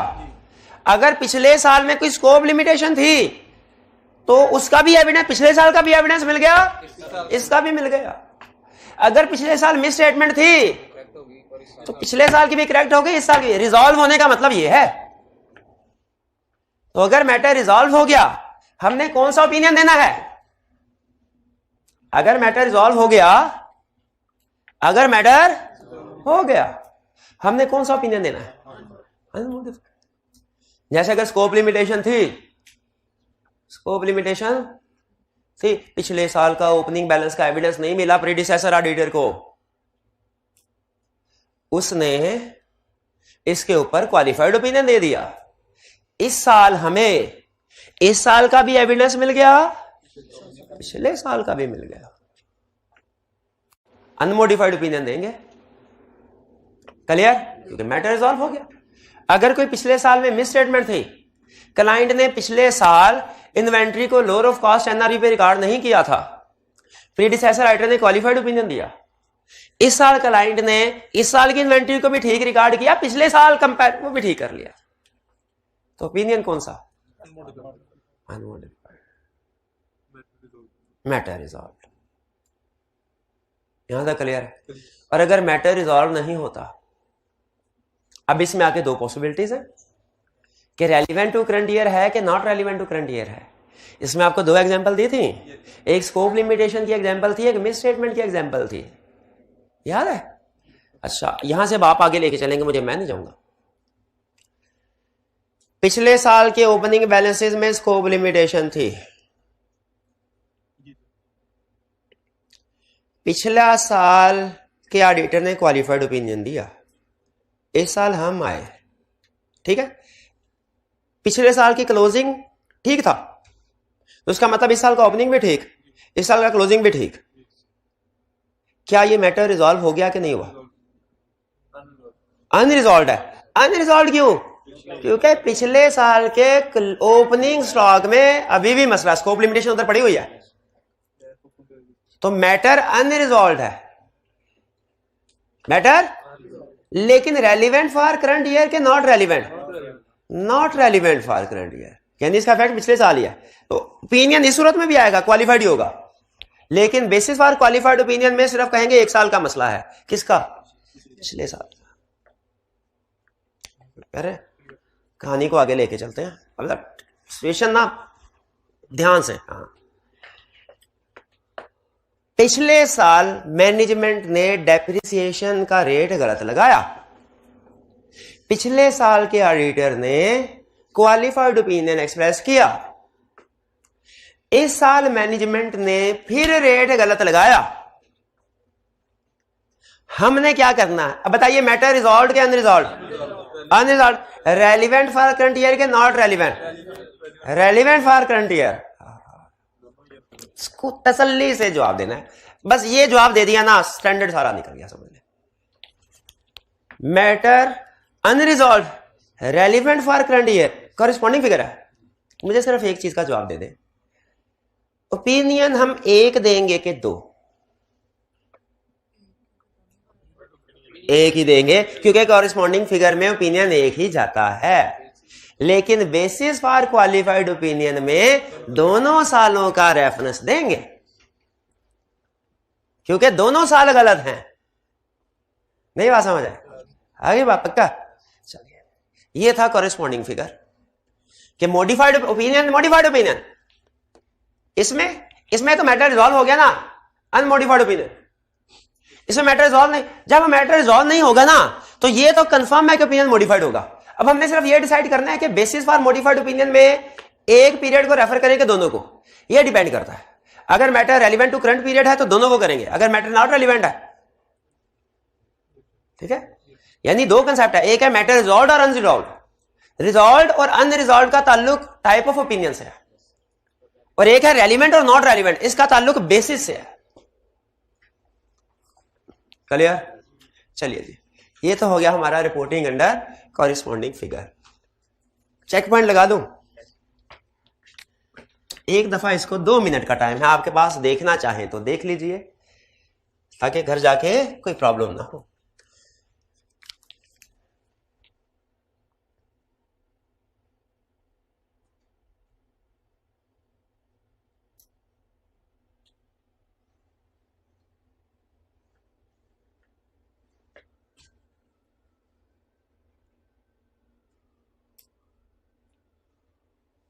ठीक है, आगे चलते हैं।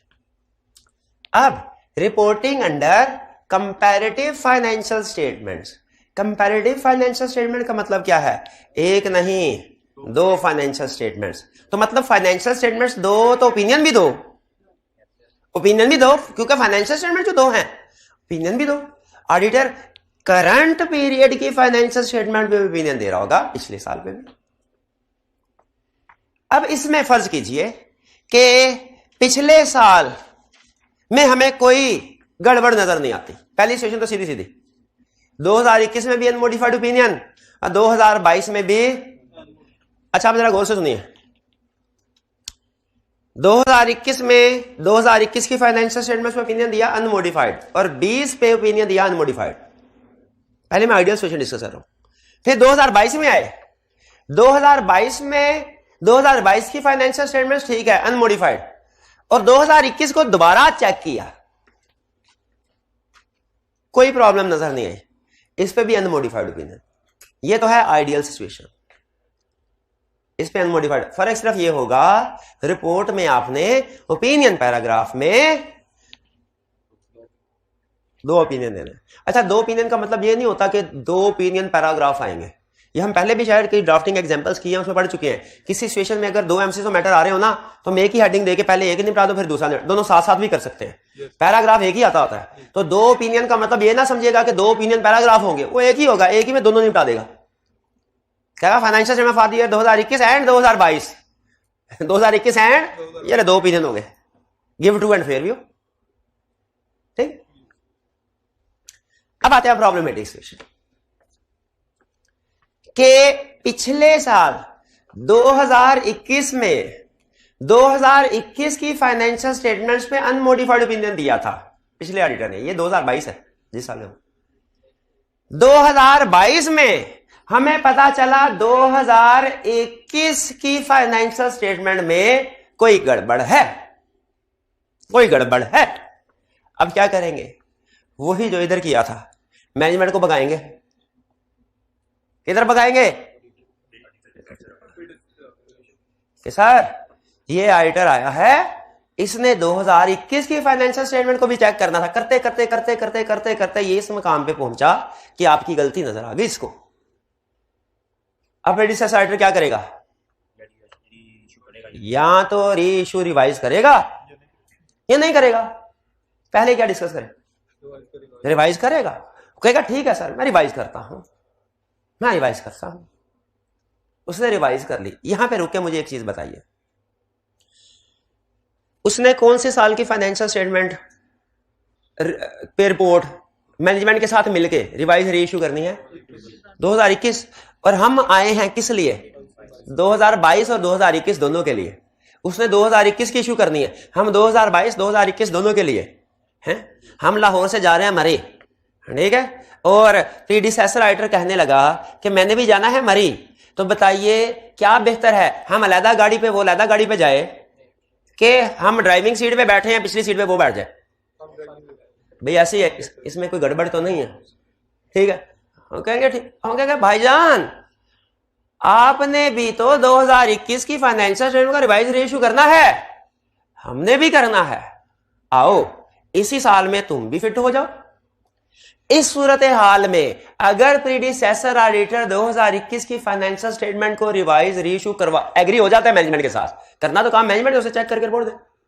तो याद रखें हमने 2 पीरियड पे नहीं, एक ही पीरियड पे रिपोर्ट देनी। किस पे? और प्रीडिसेसर ऑडिटर ने, लेकिन लीगल रिक्वायरमेंट पूरी हो रही होगी फ्रेमवर्क की। क्यों? क्योंकि दोनों इकट्ठी इसी साल जा रही होंगी। भाई ये बात समझ आ गई आपको? उसको साथ बिठा लेना, उसको साथ में बिठा लेना। यहां पे कंट्रोवर्शियल पॉइंट है, सोच रहा हूं बताऊं कि ना बताऊं। सवाल बिठा देता हूं, जवाब नहीं दूंगा, चलेगा? क्या इस सिचुएशन में जब हमने प्रीडिसेसर ऑडिटर को साथ बिठाया और मरी पहुंचे, नाके पे बंदा था, वो प्रीडिसेसर हमें गाड़ी को चेक किया, क्या वो ये कहेगा ये नए बंदे हैं इनको रोक लो? या प्रीडिसेसर ऑडिटर को देख के कहेगा ये तो पिछले साल भी आए थे इनको जाने दो? क्या कहेगा? सोच के बताना है। क्या प्रीडिसेसर ऑडिटर को देख के ये कहेगा कि ये तो पिछले साल भी आए थे इनको जाने दो? क्या कहेगा नए बंदे हैं रोक लो, तलाशी लो? प्रीडिसेसर ऑडिटर साथ है, गाड़ी में बैठा है, पिछले साल भी गया था, पहचान लेगा। आपने यहां पे घर जाके ये सोचना है क्या ये वाला केस इनिशियल ऑडिट का केस बनता है कि नहीं बनता? जब इस साल हम अपॉइंट हुए हैं लेकिन हमारी रिपोर्ट के साथ साथ प्रीडिसेसर ऑडिटर भी जंप लगा के गाड़ी में बैठ गया है, ये इनिशियल ऑडिट का केस क्या इसे चेंज ऑफ ऑडिटर कहेंगे कि नहीं कहेंगे? ये आपने घर जाके सोचना है। ठीक, बहरहाल हम तो इसी साल 2022 के ऊपर ओपिनियन देंगे, 21 पे प्रीडिसेसर ऑडिटर देगा। यानी नॉर्मल रूल ये है कि हम कंपैरेटिव फाइनेंशियल स्टेटमेंट में 2 सालों पे ओपिनियन देते हैं, 2 ओपिनियन देते हैं, लेकिन इस केस में 1 ओपिनियन नहीं देंगे। चलता है जी? समझ आता आगे? ये तो था जब वो ठीक हो जाए, ठीक ठीक काम कर ले। ये previous financial statement plus audit report reissued कर दी, उन्हें साथ ही फिट कर देंगे। और इस सूरत में हम जो ओपिनियन देंगे वो क्या होगा? सिर्फ करंट पीरियड पे, ये समझ आ गई सिर्फ करंट पीरियड के। हालांकि कंपैरेटिव फाइनेंशियल स्टेटमेंट में तो बोथ पे देते हैं, इस पे करंट पे क्यों दे रहे हैं? क्लियर? यहां पे अगर प्रीवियस ऑडिटर कहता है कोई नहीं इशू करना, भाग जाओ। अब क्या करें? रीस्टेटमेंट। अच्छा, अब यहां पे जैसे स्टैंडर्ड डिस्कस कर रहा है वैसे ही डिस्कस करवाऊं कि इसको करेस्पॉन्डिंग फिगर के साथ कंपेयर करवाता जाऊं? थोड़ा वो बातें भी डिस्कस कर लें जो स्टैंडर्ड में नहीं है, एक सिचुएशन स्टैंडर्ड में नहीं, वो भी डिस्कस कर लेते हैं। मैनेजमेंट आई, अब की बार मुंह लटका हुआ, जैसे कॉरेस्पॉन्डिंग फिगर में लटका हुआ था, हमने कहा क्या हुआ? कहा उन्होंने इनकार कर दिया। हमने कहा फिक्र ना करें, आइए हम 2021 की फाइनेंशियल स्टेटमेंट को रिवाइज कर देते हैं। 2022 तो ठीक है, 21 को क्योंकि उसमें मिस स्टेटमेंट है। मैनेजमेंट ने कहा ठीक कर देते हैं। 21 की फाइनेंशियल स्टेटमेंट चेंज होंगे, उसके ऊपर रीस्टेटेड होगा। क्योंकि सुना जरा, पिछले साल की 2021 की फिगर्स कुछ और हैं और इस साल की 2021 की फिगर कुछ और है। होगा? री इशू नहीं हुई, रीस्टेट ही हो रही है, तो एमसीक्यू मैटर आ गया। ठीक है।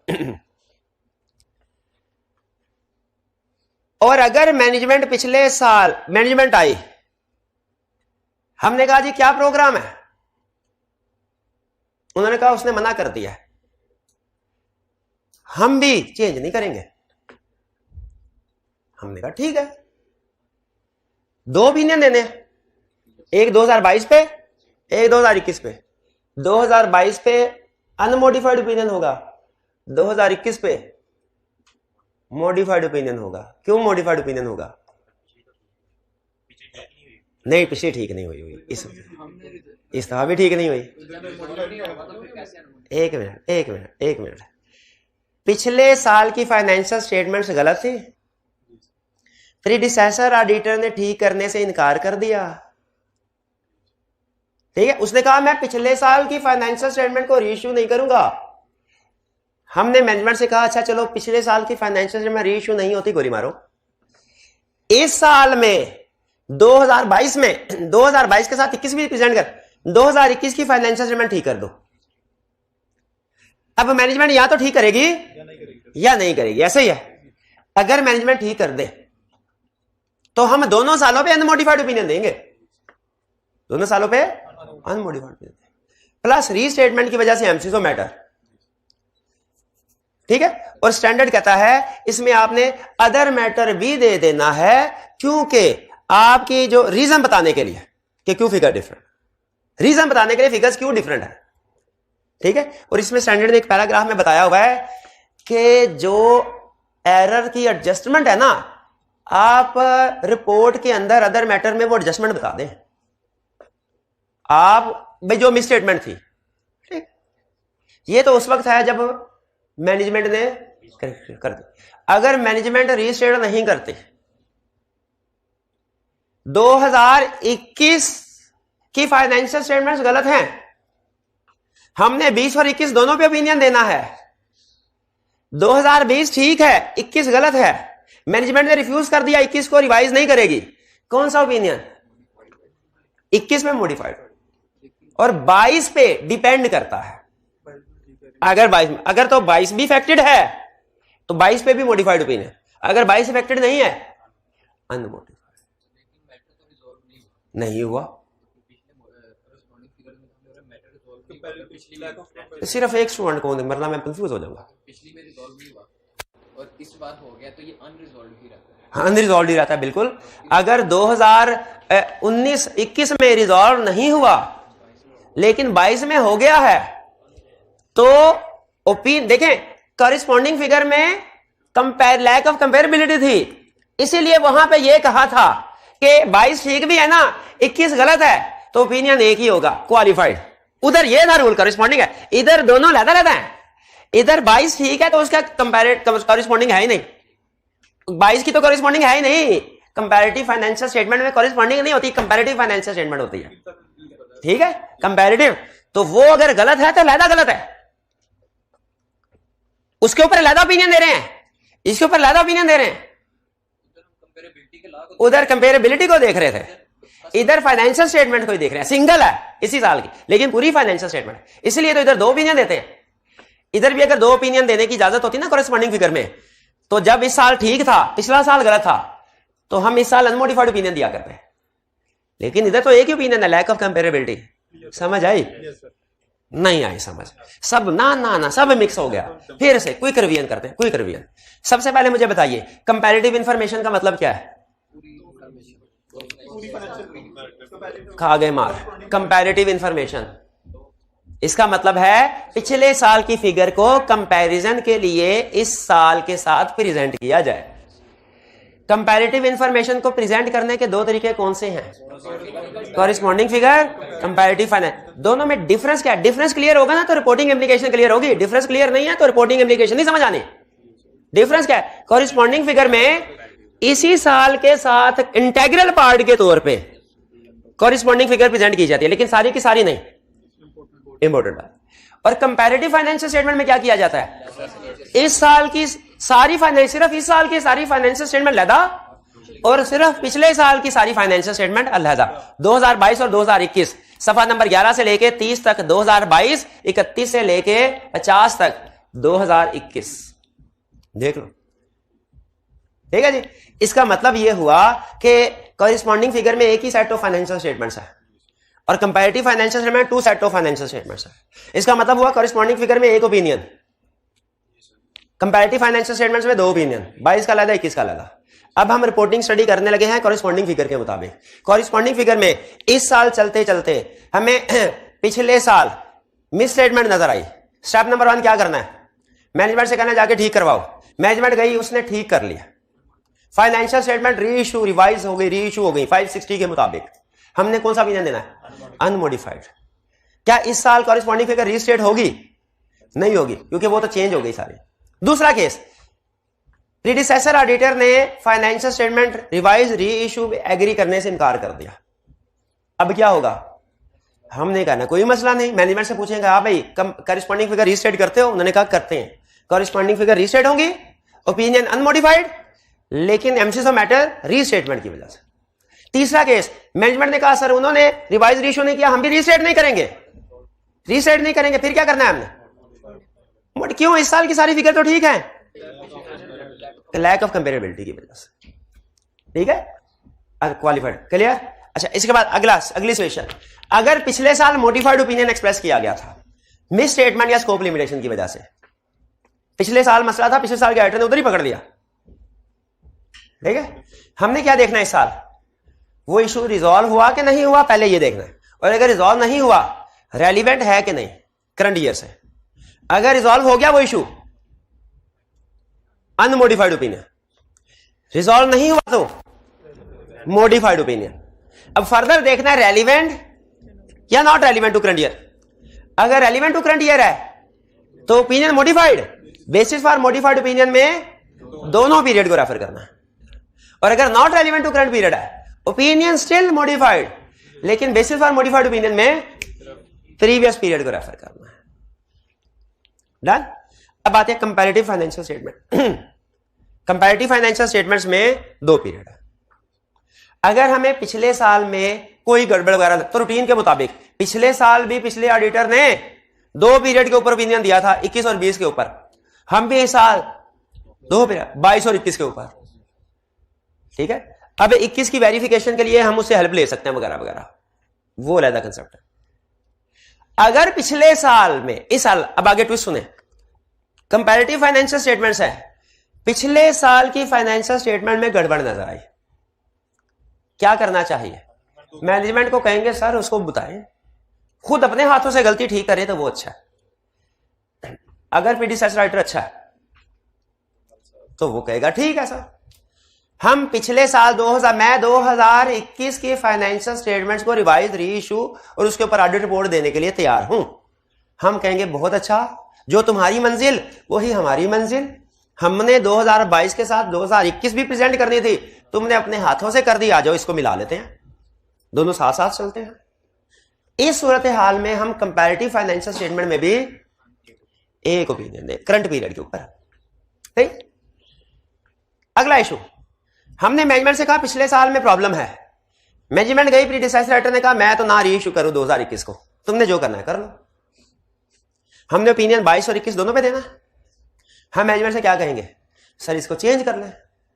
मैनेजमेंट अगर चेंज कर लेती है, मैनेजमेंट अगर चेंज कर लेती है तो हम कहेंगे अच्छा, हम दोनों के ऊपर ओपिनियन देंगे, ओपिनियन अनमोडिफाइड आएगा, लेकिन हम इसमें एमसी तो मैटर क्योंकि रीसेट हुई है और वो स्टैंडर्ड कहते हैं एमसी मैटर या अदर मैटर, और जो मिस स्टेटमेंट थी क्या उसको हमें अपनी रिपोर्ट में इंक्लूड करना चाहिए।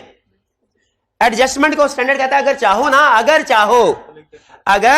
चाहो तो वो जो मिस स्टेटमेंट निकाली तुमने वो अपनी रिपोर्ट में प्रेजेंट कर दो, लिख दो, अदर मैटर में लिख दो। ठीक है जी। और अगर मैनेजमेंट कहती है नहीं हमने भी ठीक नहीं करना, हमने 2021 को ऐसे ही रहने देना है जैसे पिछले ऑडिटर ने रखा था, हमने ऐसे ही रहने देना, हम क्या करें, 21 पे मॉडिफाइड ओपिनियन और 22 पे डिपेंडिंग ऑन इफेक्ट कि उसका कैरी फॉरवर्ड इफेक्ट है कि नहीं, अनमोडिफाइड या क्वालिफाइड। भाई बात समझ आती है, कहानी समझ आ गई सारी। अब आपके पास है 5 मिनट की ब्रेक, ठीक है, एक दफा इसको रीड कर लें सर, बल्कि ऐसा करें पहले सामने देख लें, ठीक है, सामने देख के रिवीजन कर लें सारे स्टैंडर्ड की, कंसेप्ट पिक करें, तसल्ली से घर जाके रीड कर लीजिएगा वरना टाइम ज्यादा लगेगा। ठीक है, रीड कर ले। फिर इसके बाद मैं कुछ फॉर्मेट आपके सामने रखना चाहता हूं अपेंडिक्स ISA 710 के, ठीक है, उसके बाद फिर हम पास पेपर की प्रैक्टिस, आज थोड़ा ज्यादा बैठना है, पता है ना आपको, ज़हनी तौर पे तैयार हो गया है ना, शाबाश। चले रिवीजन शुरू कर दीजिए। ऑनलाइन में स्टूडेंट्स आप लोग भी काइंडली ये सारा जो हमारा मैटर है इसको एक दफा देख लीजिए, अच्छे तरीके से रिवाइज कर लें, फिर इसके बाद अपेंडिक्स की तरफ और पास्ट पेपर की तरफ चलते हैं। जी पॉज कीजिएगा जी। अब हम चलते हैं अपने अपेंडिक्स की एग्जांपल की तरफ। रिकॉर्डिंग का साउंड ठीक है? अपेंडिक्स की एग्जांपल की तरफ। यह है 710 का अपेंडिक्स। इलस्ट्रेशन 1, पहले उसने बता दिया रिपोर्टिंग किस रूल के मुताबिक हो रही है, कॉरिस्पॉन्डिंग फिगर्स के मुताबिक। इसका मतलब है हमने कॉरिस्पॉन्डिंग फिगर्स के कंसेप्ट अप्लाई करने हैं, कंपैरेटिव फाइनेंशियल स्टेटमेंट्स के नहीं करने। अब ये कुछ इंफॉर्मेशन, बैकग्राउंड इंफॉर्मेशन दे रहा है कि ऑडिट कौन सा था, फ्रेमवर्क कौन सा था, ग्रुप ऑडिट था, सिंगल, ये रूटीन की इंफॉर्मेशन होती है। ठीक है, मैं काम की इंफॉर्मेशन आपके सामने रखना चाह रहा हूं। काम की इंफॉर्मेशन जो है वो आपने पहले कभी स्टैंडर्ड ये पढ़ा है इस तरह, या चले एक दफा मैं आपके साथ, ये जब कभी स्टैंडर्ड रिपोर्ट की एग्जांपल देता है ना, कोई भी फॉर्मेट देता है किसी भी रिपोर्ट, तो उसकी बैकग्राउंड इंफॉर्मेशन जरूर शेयर करता है। तो ये बेसिकली वो बैकग्राउंड इंफॉर्मेशन शेयर कर रहा है, कह रहा है purpose of this illustrative auditor report the following circumstances are assumed. ये assumption है। पहली, audit of complete set of financial statement है, यानी single set of financial statements नहीं है। आपको पता है 700 जनरल पर्पस और कंप्लीट सेट के लिए। अगर फाइनेंशियल स्टेटमेंट कंप्लीट सेट ना हो या जनरल पर्पस ना हो वो 800 में चले जाते हैं। तो यहां पे हमें ये बता रहा है कि 700 है। Other than listed entity using a fair, other than listed entity का मतलब क्या है कि आपको इसमें की ऑडिट मैटर नहीं मिलेगा। अदर देन लिस्टेड कंपनी का क्या मतलब है कि क्योंकि की audit matter section listed entity के लिए होता है ना रिक्वायर्ड, इसीलिए using a fair representation framework. Wording जो होगी कौन सी होगी, दो तरह के फ्रेमवर्क बताया था ना, कंप्लायंस फ्रेमवर्क और फेयर रिप्रेजेंटेशन। तो यहां पे जो ओपिनियन मिलेगा आपको किसका मिलेगा, fair representation frame. The audit is not a group audit, ISA 600 does not apply. ठीक है, ग्रुप ऑडिट हो तो उसमें रिपोर्ट में थोड़ा चेंज आता है, वो कह रहे हैं ग्रुप ऑडिट नहीं है। जब आप ISA 600 में जाएंगे उसमें इलस्ट्रेटिव ऑडिट रिपोर्ट देखे, उसमें शायद आपको ग्रुप ऑडिट की एग्जांपल मिल जाए। फिर कह रहा है financial statement prepared by management of the entity in accordance with IFRS। ये क्या है IFRS? ये हमें बताया एप्लीकेबल फाइनेंशियल रिपोर्टिंग फ्रेमवर्क। 700 की जितनी भी एग्जांपल्स है तकरीबन सब में आपको IFRS नहीं मिलेगा, लेकिन 800 की एग्जांपल्स स्पेशल पर्पस फ्रेमवर्क, उसमें किसी जो 800 में भी रिपोर्ट के फॉर्मेट हैं, लेकिन उसमें जितने भी फॉर्मेट है उसमें एज्यूम IFRS नहीं किया गया, स्पेशल पर्पस किया गया। वहां पे बताएगा कि financial statements are prepared by management in accordance with cash basis और टैक्स बेसिस और इस तरह के दूसरे फ्रेमवर्क। ये बैकग्राउंड इंफॉर्मेशन बता रहा है कि किस assumption को सामने रखते हुए मैंने अगली रिपोर्ट का फॉर्मेट तैयार किया है। फिर कह रहा है terms of auditing reflect the description of management responsibility for ISA 210। ISA 210 के मुताबिक रिस्पांसिबिलिटीज है। मैनेजमेंट की रिस्पांसिबिलिटी किसके मुताबिक है? 210 के मुताबिक। पढ़ा था ना हमने फाइनेंशियल स्टेटमेंट्स की, इंटरनल कंट्रोल की, अदर इन्फॉर्मेशन। अच्छा, ये काम की चीज है, ये जो कि इस स्टैंडर्ड से रिलेट करती है। स्पेसिफिक जो चीज आपको पढ़ानी है मैंने, ये कह रहे auditor's report on prior period as previously issued included a qualified opinion, कि पिछले साल के ऑडिटर ने कौन सा ओपिनियन दिया? Qualified opinion. अब मेरे से में सवाल पता क्या आ रहा है कि वो इस साल रिजॉल्व हो गया कि नहीं हुआ, और अगर रिजॉल्व नहीं हुआ तो रेलिवेंट है कि नहीं है। इसका जवाब शायद आगे दे। कह रहे matter giving rise to modification is unresolved. Unresolved है तो ये तो पक्का हो गया ना, पत्थर पे लकीर हो गया ये कि मॉडिफाइड ओपिनियन आएगा। लेकिन अब आगे अगला सवाल क्या है? अगला सवाल क्या है? ठीक है, इज अनरिजॉल्व रेलिवेंट है फॉर द करंट ईयर के नॉट रेलिवेंट है? क्योंकि अगर रेलिवेंट है फॉर द करंट ईयर तो इसका मतलब क्या होगा? हमने बेसिस फॉर मॉडिफाइड ओपिनियन में दोनों को कवर करना है, और अगर not relevant for current period है सिर्फ पिछले को कवर करना। आगे बता रहा है कहीं द इफेक्ट और possible effect matter on current period figure are material. Current period पे भी इफेक्ट है, करंट पीरियड पे भी इफेक्ट है, and require a modification for regarding current period figure, relevant भी है। भाई समझ रहे हैं? ये तीन हमारे सबसे अहम है जो कि बाकी दूसरे स्टैंडर्ड से रिलेट करते हैं। ये तीन पॉइंट्स क्लियर हो गए आपको। फिर कह रहे हैं एथिकल रिक्वायरमेंट सप्लाई कर ब्ला ब्ला ब्ला, बाकी रूटीन की बातें हैं नीचे। हाँ चले ये कुछ बातें आपके साथ शेयर कर दूं, क्योंकि पहले तो पढ़ रहे ना। Based on audit evidence obtained, auditor has concluded that material uncertainty does not exist related to event और condition that may cause doubt on going concern ISA। क्या कह रहा है? क्या कह रहा है?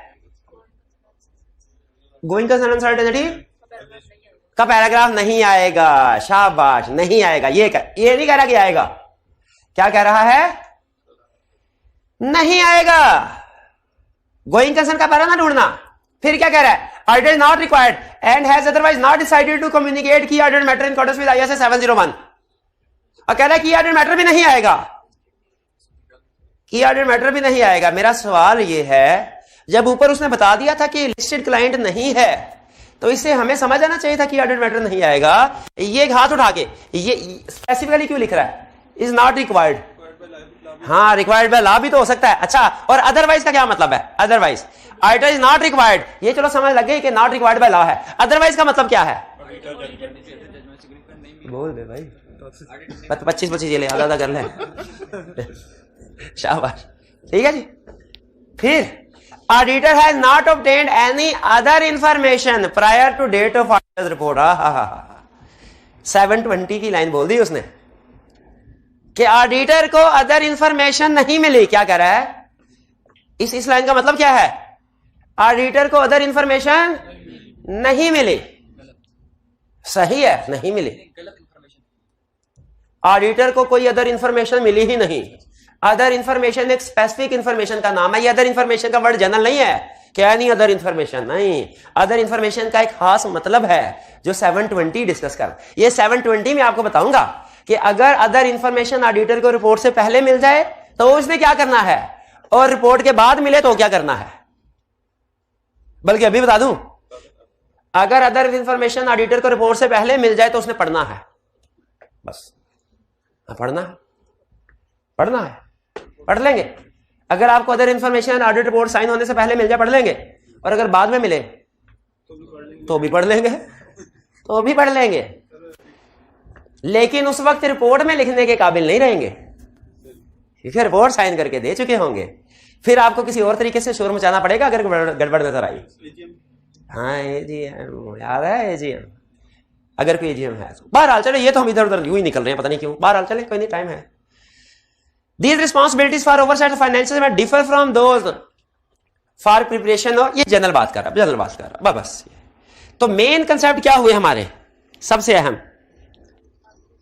के कॉरिस्पॉन्डिंग फिगर है, ऊपर बता दिया उसने। पिछले साल ओपिनियन क्वालिफाइड है, इस साल मैटर अनरिजॉल्व्ड है, रेलिवेंट जरा मुझे इंपैक्ट ऑन रिपोर्ट लिख के बताएं, कागज पे साइड में कहीं 2 लफ्ज लिख दे, क्या होगा?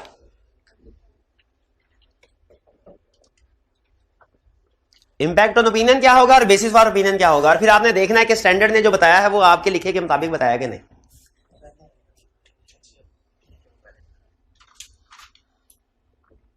मोबाइल पे लिख ले भाई, कोई नहीं, मोबाइल पे लिख दे, मोबाइल। वैसे भी आपके पेपर जो है अब ये नहीं, उससे अगले वाले कंप्यूटर पे ही होंगे।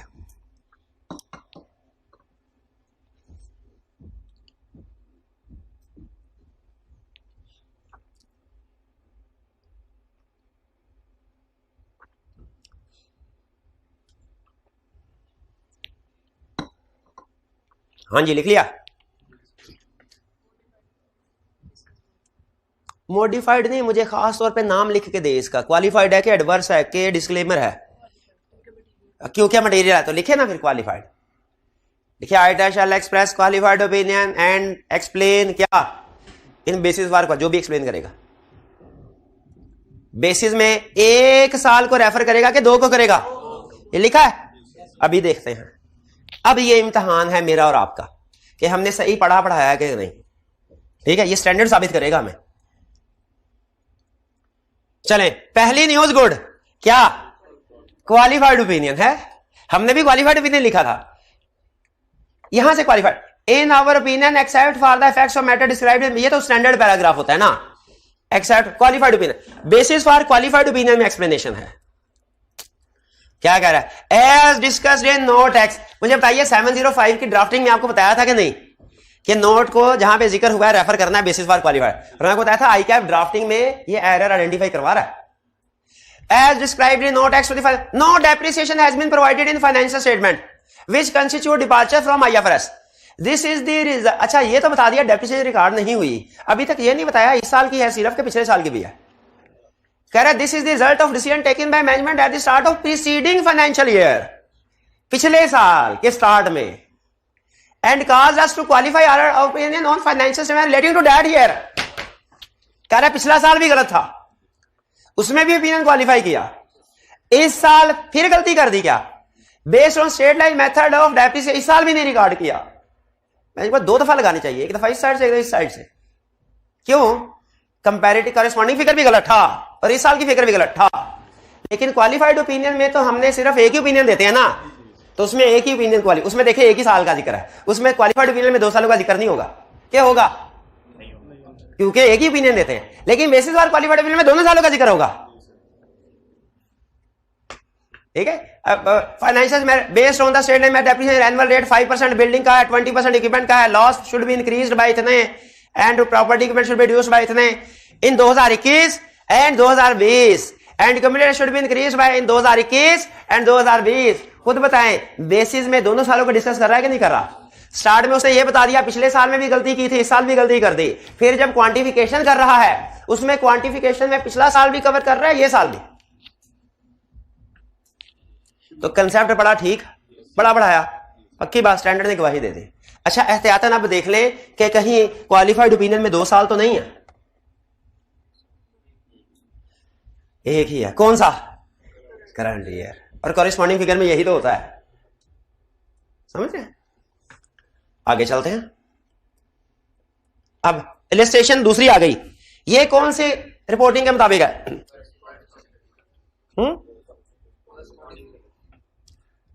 Corresponding figure. अच्छा, बाकी तो रूटीन की चीजें हैं, ये पॉइंट पढ़े। ये items report on private period A included है, इसका मतलब है पिछले साल का कोई मैटर था। फिर क्या कह रहा है? पिछले साल क्वालिफिकेशन थी, मैटर अनरिजॉल्व है, इफेक्ट और possible on the current period figure are immaterial, वो इमटेरियल है, यानी इस साल पे इफेक्ट क्या है? Resolved, not relevant to current year. Agree कर दें? But require modification to auditors opinion. क्यों ये क्यों कह दिया? कंपेरेबिलिटी, देखते हैं कंपेरेबिलिटी का लफ्ज इस्तेमाल करता है कि नहीं। बिकॉज ऑफ द इफेक्ट और possible effect of unresolved matter on comparability of current period figure and corresponding figure. कहता है करंट ईयर की फिगर और कॉरेस्पॉन्डिंग फिगर कंपेरेबल नहीं रही, हालांकि उसका इफेक्ट इस साल इमटेरियल है, लेकिन कह रहा है फिर भी क्वालिफाइड ओपिनियन दे रहा हूं। क्यों? कंपेरेबल। पिछले साल की, इस साल की फिगर और पिछले साल की फिगर कंपेरेबल नहीं रही। ठीक है, इसका मतलब क्या हुआ, इस साल कौन सा ओपिनियन आएगा, क्वालिफाइड ओपिनियन, क्वालिफाइड ओपिनियन आएगा। और बेसिस फॉर क्वालिफाइड ओपिनियन में 2 सालों को रेफर किया जाएगा, एक पिछले साल को, और लैक ऑफ कंपेरेबिलिटी कहा जाएगा। देखते हैं क्वालिफाइड ओपिनियन। चले ये तो डिसीजन तो ठीक हो गया। पहले देख ले, एक साल पे ही क्वालिफाइड ओपिनियन दिया ना। हाँ, करिस्पॉन्डिंग फिगर में एक साल पे ओपिनियन होता है, 2 ओपिनियन थोड़ी होते हैं। अब बेसिस फॉर क्वालिफाइड ओपिनियन पढ़ते हैं। कह रहा है because we were appointed audit of the company during 2010। ये 2010 ये वाला साल है कि पिछला साल है, पिछला साल है, क्योंकि ऊपर 2001 के ऊपर ओपिनियन दिया था। कह रहे हैं हम पिछले साल दौरान में पॉइंट हुए थे, हमने पिछले साल का ओपनिंग स्टॉक बिगिनिंग वेरीफाई नहीं किया था, अल्टरनेटिव पॉजिटिव एविडेंस नहीं मिला, इसलिए ओपनिंग इन्वेंटरी हम नहीं कर सके। We were unable to determine adjustment, इसीलिए our audit opinion financial statement for the period ended पिछला साल वाज मॉडिफाइड अकॉर्डिंगली। अब मैं हैरान परेशान हूं यहां तक, ये सारी तो पिछले साल की मॉडिफिकेशन बता रहा है। क्यों? क्योंकि इस साल का ओपिनियन उसकी वजह से मॉडिफाई हुआ है। इस साल का ओपिनियन कौन सा है? मॉडिफाइड। किस वजह से हुआ? तो पिछले साल की कहानी लिखनी है, इस साल की थोड़ी लिखनी है। पिछले साल की कहानी लिख रहा है, इस साल की स्टोरी की तरह आगे। Our opinion on current period financial statement is also modified because of possible effect of this matter on comparability. ये लफ्ज ढूंढ रहे थे हम, comparability of the current period figure and corresponding figures. कुछ को समझ आई? अब ये है बेसिस। अब समझ, पिछली इलस्ट्रेशन में और इस इलस्ट्रेशन में क्या फर्क है? उसमें रिजॉल्व, अनरिजॉल्व एंड रेलिवेंट था, इसमें अनरिजॉल्व नॉट रेलिवेंट है करंट पीरियड। अच्छा गैस करिए जरा, कॉमन सेंस, तीसरी इलस्ट्रेशन क्या होगी?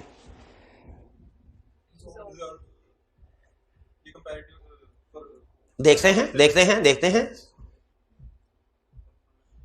एक मिनट, इसमें अदर मैटर किधर गया? इलस्ट्रेशन 2 में अदर मैटर किधर गया? हम ही अपॉइंटेड थे, पिछला साल भी हमने किया था। इनिशियल ऑडिट का केस ही नहीं है तो उधर मैटर आएगा ही नहीं। परेशान हो गए थे ना एक दफा। ध्यान से नहीं पढ़ते केस के फैक्ट्स को, अब ध्यान से पढ़ना है। रिपोर्टिंग कौन सी है? Corresponding figure. ये रूटीन है, ये रूटीन है, ये रूटीन है। हाँ, ये auditor has concluded unmodified opinion is appropriate based on audit evidence obtained. ये तो मुझे इसी साल का, ये तो पिछले साल की कोई स्टोरी नहीं सुना रहा। रिजॉल्व हो गया तो वो ये हम बता तो देता हमें। ये तो मुझे लग रहा है 710 का क्वेश्चन ही नहीं लग रहा, ये तो 700 का लग रहा है। आगे देखते हैं, आगे भी कुछ नहीं कह रहा।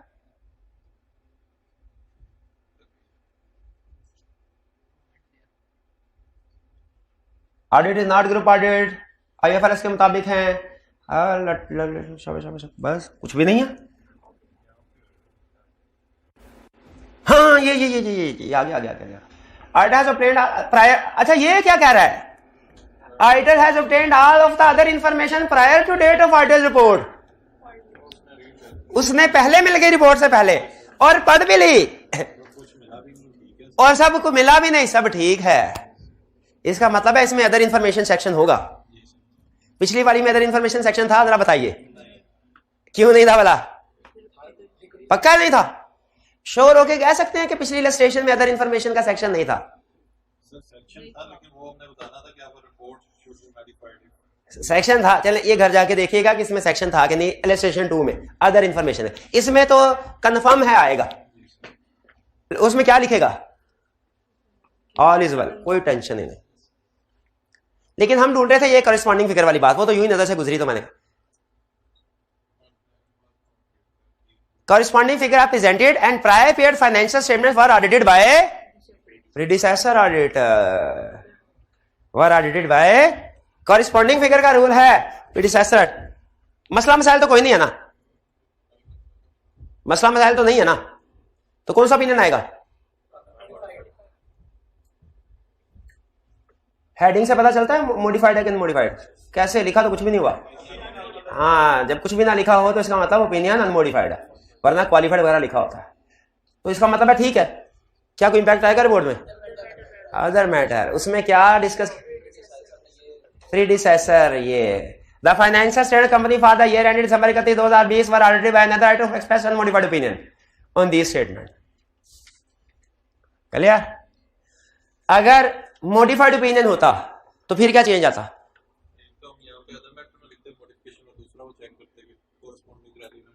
हम ये बताते हैं, रीजन ऑफ मॉडिफिकेशन भी बताते हैं अदर मैटर में। अगर अनमॉडिफाइड ओपिनियन हो तो सिर्फ ये कहते हैं अनमॉडिफाइड ओपिनियन है अदर, लेकिन अगर प्रीडिसेसर राइटर ने मॉडिफाइड ओपिनियन एक्सप्रेस किया हो ना तो हम अदर मैटर में बताते हैं कि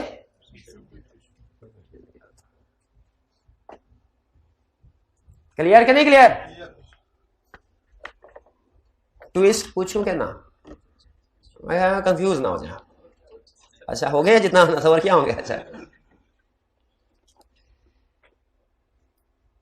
कंपैरेटिव फाइनेंशियल स्टेटमेंट का केस है। पिछले साल के ऑडिटर ने अनमॉडिफाइड ओपिनियन दिया 21 के ऊपर, 2021 के ऊपर। हम 2022 और 21 का ऑडिट कर रहे थे। हमने 21 पे देखा मटेरियल मिस स्टेटमेंट थी, मैनेजमेंट ने करेक्ट नहीं की हमने, और 2020 पे 22 पे इमटेरियल इफेक्ट है। 2022 unmodified, 2021 qualified. Other matter paragraph आएगा आएगा आएगा, इनिशियल ऑडिट आएगा, उसमें यहां पे क्या लिखेंगे? Were audited by another who expressed unmodified opinion के मॉडिफाइड। क्यों? उसने तो अनमॉडिफाइड ओपिनियन दिया था, उसने तो अनमॉडिफाइड ओपिनियन दिया था। ट्विस्ट आ गया कि नहीं आ गया? अब कहे मॉडिफाइड लिखेंगे, बोल मॉडिफाइड क्यों लिखे? उसने तो अनमॉडिफाइड दिया। रीजन देंगे, वो जो था ना, हम एडजस्टमेंट बताते हैं जिसकी वजह से मिस स्टेटमेंट हो, यहां पे एडजस्टमेंट बताएंगे कि उसने अनमॉडिफाइड दिया लेकिन ये प्रॉब्लम थी उसमें, खुद से एक्सप्लेन कर देंगे। चलिए जी, last format comparative financial statement. अब ये हमारा असल इम्तिहान।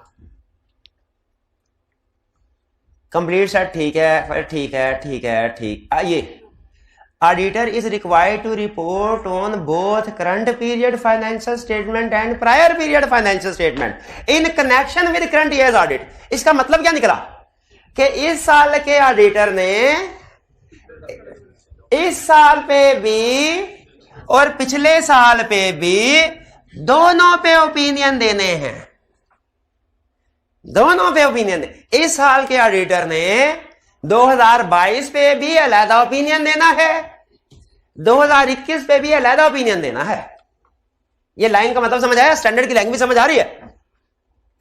फिर auditor's report on the prior period as previously included qualified opinion. पिछले साल के ऑडिटर ने क्वालिफाइड ओपिनियन दिया। पिछले साल कौन सा ओपिनियन था? Qualified. Matter giving rise to modification is unresolved. Matter unresolved है, इसका मतलब है कंफर्म हो गया।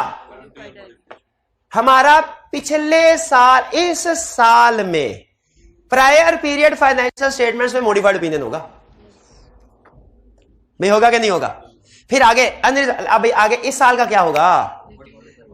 शाबाश, देखेंगे उस पर इफेक्ट है कि नहीं, रेलिवेंट है कि नहीं। आगे यही बात कर रहा है। The effects are possible factor matter on the current period figure are material to both current period financial and prior period financial and require modification to auditor's opinion. इसका मतलब क्या हुआ? दोनों पे क्वालिफाइड, लेकिन दो ओपिनियन। अच्छा, अब की बात सुनिएगा, पिछली कॉरेस्पॉन्डिंग फिगर में ओपिनियन क्वालिफाइड एक था, बेसिस में दोनों डिस्कस हुए थे। यहां पे ओपिनियन ही दो, लेकिन इसका यह मतलब नहीं पैराग्राफ दो आ जाएंगे। पैराग्राफ एक ही है, उसके अंदर दोनों फिट कर देंगे। इसमें तो एक्सपर्ट है ना हम।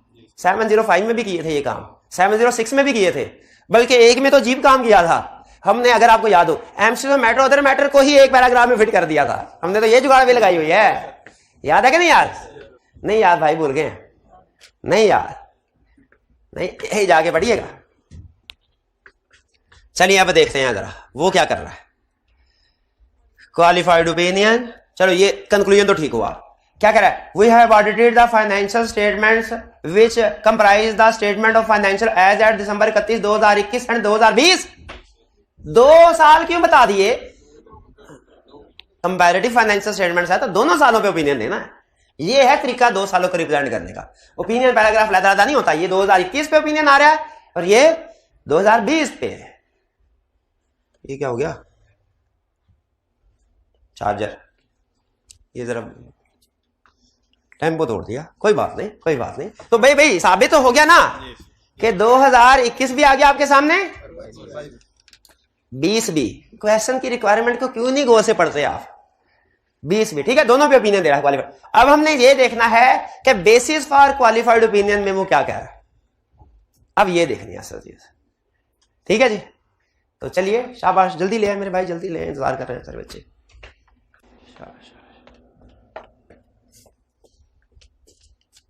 जज़ाकल्लाह मेरे भाई। ये चलिए, हाँ लगे लगे लगे।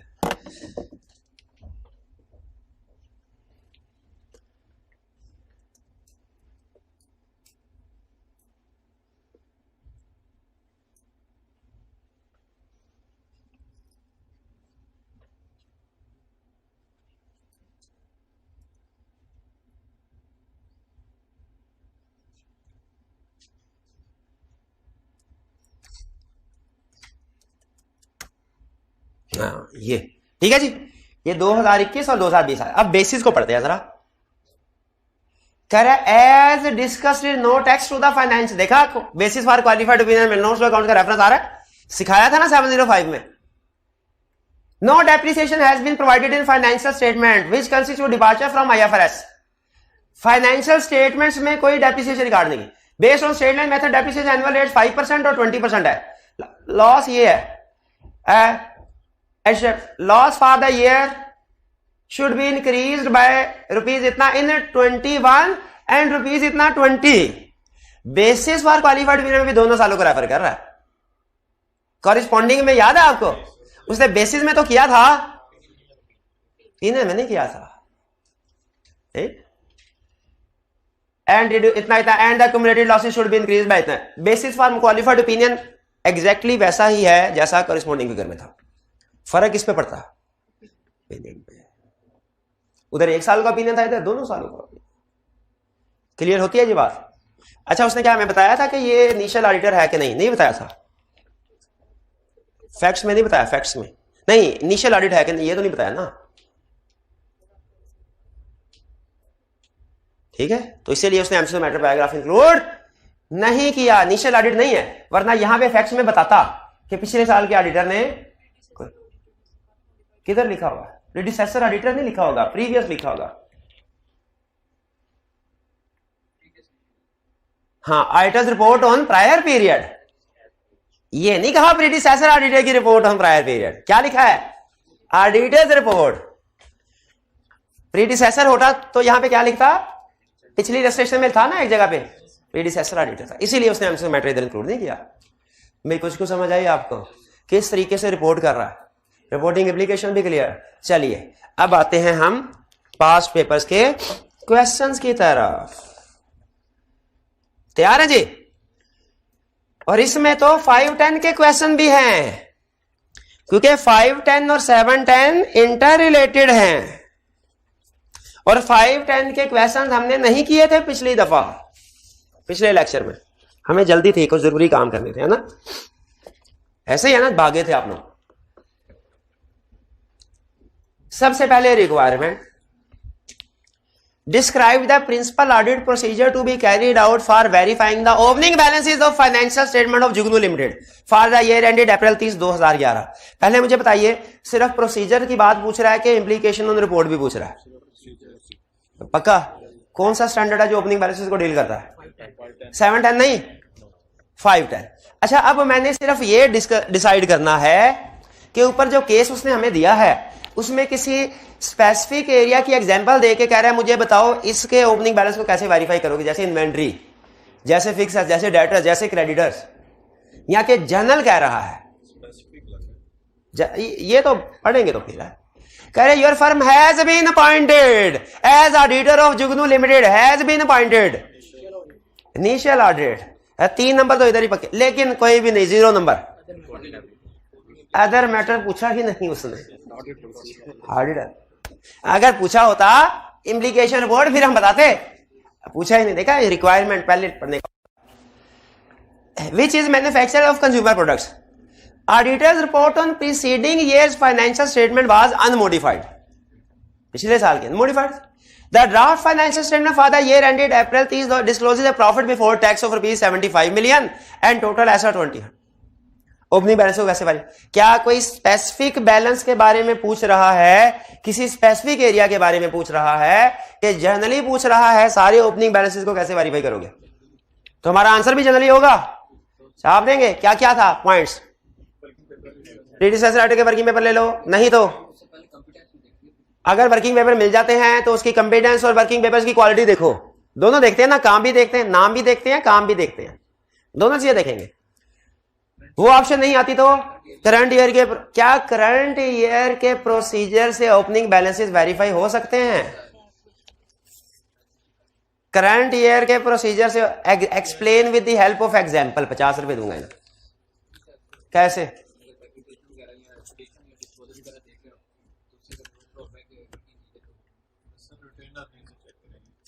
और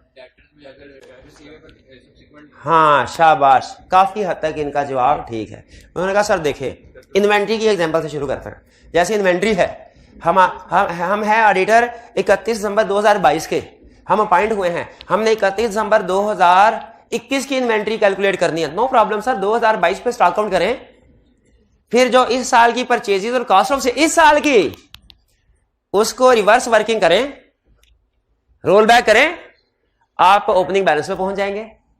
ओपनिंग बैलेंस पे पहुंचे, कैसे पहुंचे? इस साल के प्रोसीजर परफॉर्म करते हुए। ये तो ठीक। क्या प्रीवियस ईयर के वर्किंग पेपर से भी ओपनिंग बैलेंस पे पहुंच सकते हैं? वो क्या तरीका है? अगर क्लाइंट के पास प्रीवियस ईयर 31 दिसंबर का स्टॉक का रिकॉर्ड है, स्टॉक शीट्स हैं पिछले साल की, तो वो पिछले साल का एविडेंस ही होगा, उससे भी कर सकते हैं। ठीक है, कॉम्बिनेशन भी बना सकते हैं। बहरहाल इसमें सारे प्रोसीजर जनरल आ जाएंगे। अच्छा, इसमें वो एग्जांपल भी देंगे, अगर डेटर्स हैं या क्रेडिटर्स हैं तो ये प्रोसीजर जो हमने 510 में पढ़े हैं, शेयर कैपिटल वाला भी होगा, debtors, creditor, inventory, fix assets, non current liabilities भी था। सारे एक एक, क्योंकि उसने स्पेसिफाई नहीं किया ना कौन सा एरिया चाहिए, तो सारे एरियाज के निपटा देंगे। 4 नंबर है, 3 से 4, हाँ एक एक 2 लाइन में लिखते जाएंगे एक एक एरिया। क्लियर जी? आगे चलें, क्वेश्चन क्लियर होता है? Next, your audit firm has been appointed. अच्छा पहले sorry, requirement, enumerate audit procedure to be performed on opening balances of intangible assets। implication report है? नहीं है। ओपनिंग बैलेंसेस को वेरीफाई, क्या बताया है कि किस एरिया को वेरीफाई करना है? इंटेंजिबल्स को। आगे यही बता रहे हैं ऊपर, आप आइडियर पॉइंट हुए हैं, ये प्रॉफिट की फिगर है इंटेंजिबल्स की। हालांकि इंफॉर्मेशन देने की जरूरत नहीं थी, सिर्फ यही लाइन लिख देता हमारे लिए बहुत ही। स्टेप बाय स्टेप चले, एक एक प्रोसीजर आपने बताना है। स्टार्ट करें। स्टेप नंबर 1 में क्या करेंगे? क्लाइंट से इस साल का शेड्यूल ऑब्टेन कर लेंगे कि भाई opening, add, additions minus disposal is equal, जैसे फिक्स ऐसे शेड्यूल होता है उसी तरह का शेड्यूल, उसे मूवमेंट भी बोलते हैं ना प्रैक्टिस में, शेड्यूल। हाँ, उसमें इनटेंजिबल का ओपनिंग आ रहा होगा, एडिशंस आ रही होंगी, डिस्पोजल्स आ रही होंगी। अच्छा एक चीज नोट करें, उसने हमारे लिए आसानी कर दी, उसने ये नहीं बताया इंटेंजिबल कौन सा है, गुडविल है, डेवलपमेंट कॉस्ट है, कैपिटलाइज हुई है, या के कोई वेबसाइट वगैरह, लाइसेंस वगैरह है, कॉपीराइट्स हैं, ये नहीं बताया। तो इसका मतलब है कोई से भी एलिमेंट लिख सकते हैं। शेड्यूल ले लिया एक स्टेप। नेक्स्ट स्टेप क्या होगा? जो इस साल बाय एडिशन हुई है उनको चेक करेंगे, वेरीफाई करेंगे। अब आगे 2-3 पॉइंट्स आप सब पॉइंट्स बना सकते हैं। डेवलपमेंट कॉस्ट है तो देखेंगे कैपिटलाइजेशन ठीक हुई है कि नहीं, क्राइटेरिया के मुताबिक मीट कर रहा है कि नहीं। अगर गुडविल है तो वो रिपोर्ट देखेंगे, वैल्यूएशन रिपोर्ट, बिजनेस जो एसेट एक्वायर किए हैं। अगर लाइसेंस वगैरह है तो कॉस्ट पेड और लाइसेंस एग्रीमेंट इंस्पेक्ट कर लेंगे। ये तो क्या और मोनेटाइजेशन की रिकैलकुलेशन देखेंगे, गुडविल को मोनेटाइज होने कर दिया और बाकियों को रीजनेबल बेसिस पे मोनेटाइज किया गया है। कोई इंपेयरमेंट इंडिकेशन है वो भी देखनी चाहिए। यानी आप सोचे जरा, असल में हम प्रोसीजर इसी साल के परफॉर्म कर रहे हैं, लेकिन मकसद इस साल की फिगर को वेरीफाई करना नहीं है, रिवर्स वर्किंग करके ओपनिंग को वेरीफाई करना है। क्लियर? अच्छा, ये तो हो गए इस साल। कोई प्रोसीजर ऐसा भी बताइए जो पिछले साल से रिलेट करता हो। प्रीवियस ऑर्डर के वर्किंग पेपर, और शाबाश, और मैनेजमेंट के रिकॉर्ड से। जैसे ये जो इनटेंजिबल एसेट्स इनके पास ओपनिंग में है, इनकी भी कोई ना कोई डॉक्यूमेंटेशन होगी, वो प्रीवियस ईयर का रिकॉर्ड है, उसको भी इंस्पेक्ट कर सकते हैं। तो अंदाजा हो गया कैसे लेके चल। इम्प्लीकेशन रिपोर्ट नहीं बतानी, उसने पूछी नहीं, और ना ही इसमें कोई वो वाले दूसरे प्रोसीजर बताने हैं, डेटर्स वाले, क्रेडिटर्स वाले, लोन वाले, क्योंकि उसने क्लियरली कह दिया मुझे सिर्फ इंटेंजिबल एसेट, दूसरे बताएंगे तो वो गलत होगा। डन जी। 3 रिक्वायरमेंट में कह रहा है as a result of material misstatement in sales of previous year. ये भाई सेल्स ऑफ प्रीवियस ईयर आ गई ना, मुझे पता चल गया। Material misstatement in sales of previous, material misstatement previous year में आ गई, पता चल गया 7-10 आ गया भाई इधर। अब लेकिन ये देख ले भाई, कॉरिस्पॉन्डिंग फिगर है कि कंपैरेटिव है। Management has agreed, good news, good news. Management ने कहा ठीक है रीस्टेटमेंट करो, इसका मतलब है पिछले साल के ऑडिटर ने ना कर दी होगी, वरना रीस्टेटमेंट की बात ना करता, री इश्यू की बात करता। अगर पिछला ऑडिटर हाँ कर दे तो फिर रीस्टेटमेंट नहीं होती, री इश्यूड होती है। पिछले ऑडिटर ने ना की हुई है, चलो कोई बात नहीं, हमारा काम तो फिर भी हो जाता है। रीस्टेटमेंट कॉरिस्पॉन्डिंग फिगर, कंपैरेटिव का केस नहीं। पाकिस्तान में बताया कॉरिस्पॉन्डिंग का चक्कर ही चलता है साहब। In current year final what would be impact on auditors report in this case. पहले केस पढ़ दे। School limited engaged and it has appointed you. अब तो इंपैक्टर अब नहीं छोड़ेंगे, अब नहीं छोड़ेंगे, अब तो अदर मैटर पैराग्राफ लिखेंगे, और ये भी लिखेंगे उसमें क्या कुछ लिखना, ठीक है? क्यों लिखेंगे? अब ये पहले तो नहीं लिखा था sir, first year of audit initial. पहले इंपैक्ट पिछला सवाल भी फर्स्ट ईयर ही था, उससे पिछला सवाल भी फर्स्ट ईयर ही था, उसमें तो नहीं लिखा था। कोई नहीं बोलेगा, और उसमें क्यों नहीं लिखा था? क्वेश्चन क्या आपका? मेरा क्वेश्चन ये है, इस साल भी हम अपॉइंट हुए हैं, इस क्वेश्चन में भी इस साल हमें अपॉइंट किया है, पिछले साल कोई और राइटर था। पिछले जो 2 क्वेश्चन किए हैं उसमें भी हमें उसी साल में अपॉइंट किया गया था, लेकिन इसमें हम अदर मैटर लिख रहे हैं अपने सोल्यूशन में, पिछले 2 क्वेश्चन में नहीं लिखा था। क्यों? सर इनिशियल की वजह से नहीं, इनिशियल की वजह से है। पिछले क्वेश्चन में रिक्वायरमेंट ऑडिट प्रोसीजर की थी, रिक्वायरमेंट गौर से नहीं पढ़ी मेरे भाई ने। हाँ जी, इसमें वो कह रहा है इम्पैक्ट ऑन रिपोर्ट बताओ, तो अदर मैटर आ गया जी, आ गया।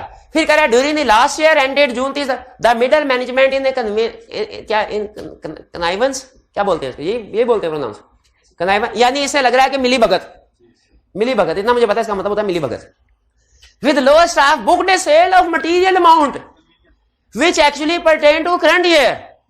XYZ company has given unmodified report on previous year. ये लो, है कि नहीं? अच्छे ऑडिटर के बुरे ऑडिटर, बुरे ऑडिटर। चलो कोई बात नहीं, मटेरियल मिसस्टेटमेंट थे ना, आइडेंटिफाई कर ली हमने। अब बताइए क्या मैनेजमेंट ने कहा रीस्टेट करते हैं, क्या करेंगे? Unmodified opinion plus emphasis of matter. Emphasis matter किस वजह से? रीस्टेटमेंट की वजह से। अदर मैटर किस वजह से? इनिशियल ऑडिट की वजह से।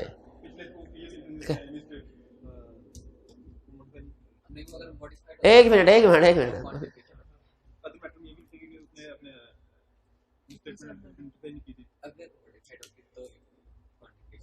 कंपैरेटिव फाइनेंशियल स्टेटमेंट में लिखते हैं, जब पिछले साल के ओपिनियन में और इस साल के ओपिनियन में फर्क हो, इसमें तो हम रीस्टेटमेंट ही लिखेंगे,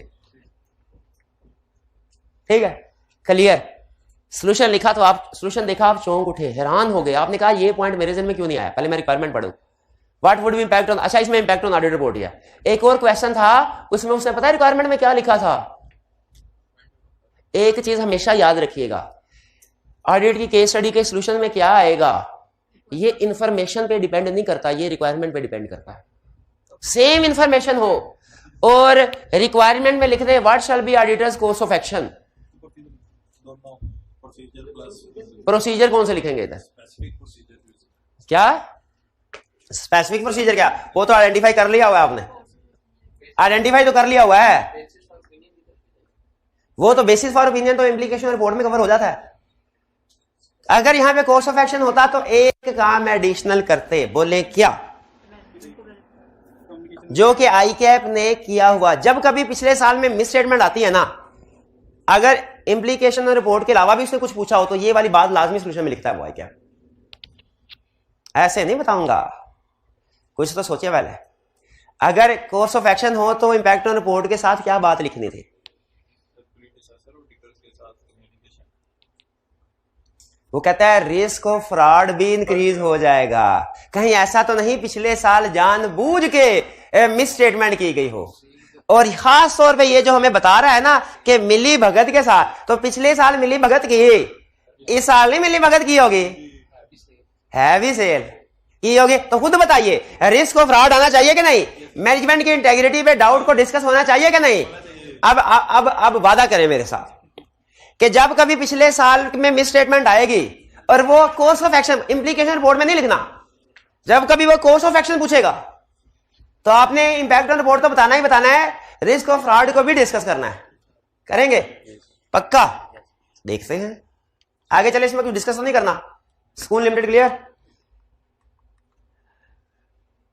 question, mister Burhan is working as audit manager in, oh sorry, पहले requirement, sorry. Explain how the audit team should deal with the above situation. बताइए इस सिचुएशन को कैसे डील करें।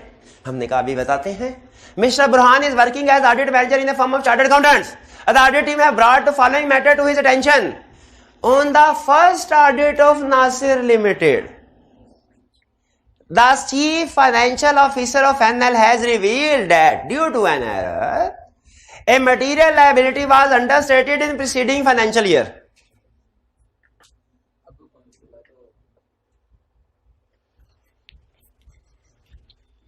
पढ़ लिया? कराएंगे सॉल्व हमें? शाबाश, हिम्मत करें, हिम्मत हिम्मत हिम्मत। स्टार्ट कहां? मेरी रिक्वायरमेंट पढ़ ले पहले। हाँ, रिक्वायरमेंट क्या है, कैसे डील करेंगे? Course of action, course of action में हर एक्शन आ जाता है, इंपैक्ट प्रोसीजर भी, इंपैक्ट ऑन रिपोर्ट भी।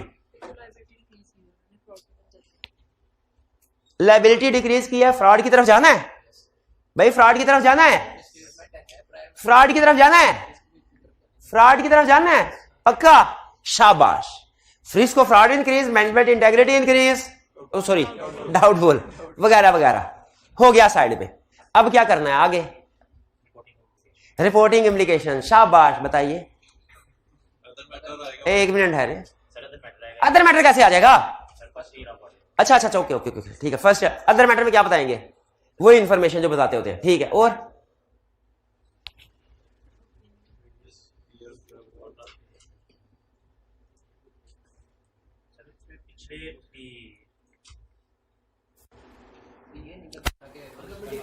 शाबाश, यही सुनना चाहिए। नहीं बता रहा कि कॉरेस्पॉन्डिंग फिगर है कि कंपैरेटिव। भाई का गला दबा दीजिए फौरन, गला दबा इसकी, शहीद कर दो इसको, है?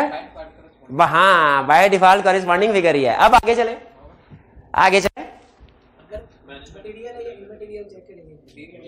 क्यों है चेक करेंगे? ये मटेरियल बता तो कैसे बताए आपको? सवाल से बाहर निकल के बताने से रहा।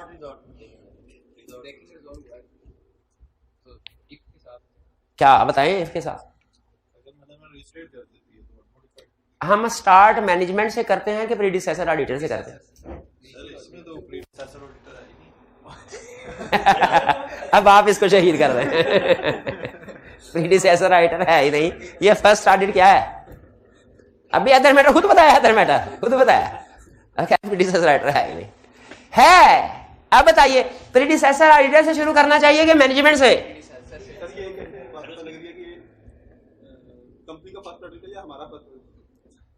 ये कैसे पता चले कंपनी का फर्स्ट ऑडिट है कि हमारा फर्स्ट ऑडिट है? ये पिछले साल उसने बता दिया हुआ है ना, ये पिछले साल, तो इसका मतलब है पिछले साल भी कंपनी थी। तो हमें इधर उधर ना भटकाएं, काम की बात बताएं। शुरू कहां से करना है? कॉरेस्पॉन्डिंग से कि कंपैरेटिव फाइनेंशियल स्टेटमेंट से? कॉरेस्पॉन्डिंग ऑडिटर से कि मैनेजमेंट से के खुद से? प्रीडिसेसर क्या कहेंगे? प्रीडिसेसर ऑडिटर को अगर वो रीइशू कर दे अनमोडिफाइड ओपिनियन, अगर नहीं कर तो करवाता रीस्टेट करवाएंगे। मैनेजमेंट एग्री कर गई है, कर गई कि नहीं की।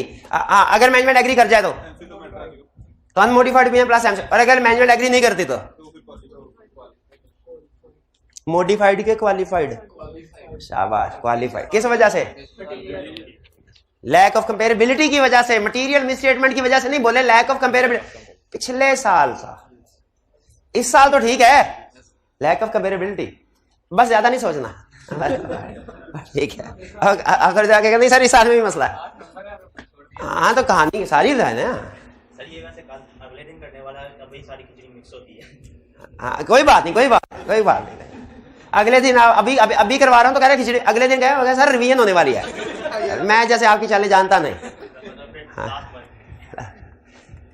5 requirement, discuss the possible implication order with respect to previous year modification. शुक्र करें प्रोसीजर नहीं पूछ रहा, प्रीवियस ईयर मॉडिफिकेशन जैसे ही उसने कहा मुझे फौरन पता चल गया 7 टन है।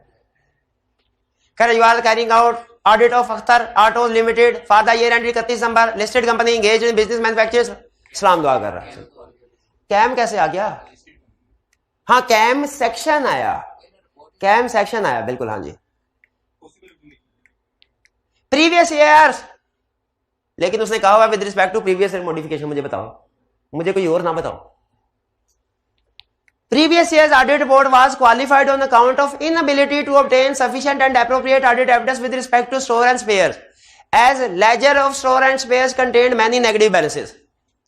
Scope limitation थी misstatement।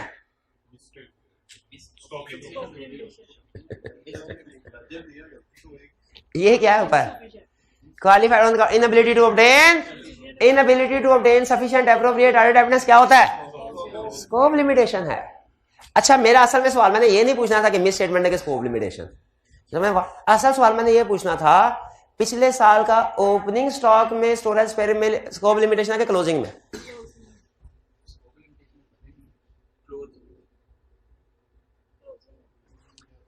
ये उसे बताना चाहिए था, नहीं बता। कोई बात नहीं, हमारा सोल्यूशन ऑटोमेटिकली दोनों को कवर करता है। हमने कहा पिछले साल स्कोप लिमिटेशन थी, अब इस साल का फैक्ट बता रहा है। अच्छा कॉरेस्पॉन्डिंग के मुताबिक करे कि कंपैरेटिव? कॉरेस्पॉन्डिंग के मुताबिक स्कोप लिमिटेशन है, प्रीवियस ईयर मॉडिफिकेशन है। अच्छा अब ये नहीं है क्वेश्चन, ये अच्छे ऑडिटर वाला केस है कि बुरे ऑडिटर वाला? अच्छे ऑडिटर वाला, कि उसने क्वालिफिकेशन कर दी थी। ये कौन सा केस है? अच्छे ऑडिटर वाला। हमने क्या देखना है? मैटर रिजॉल्व हुआ कि नहीं हुआ। If matter is resolve, unmodified opinion. If a matter is unresolved but not relevant to current year, qualified, और बेसिस फॉर क्वालिफाइड ओपिनियन में पिछला साल का रेफरेंस देंगे लैक ऑफ कंपेरेबिलिटी।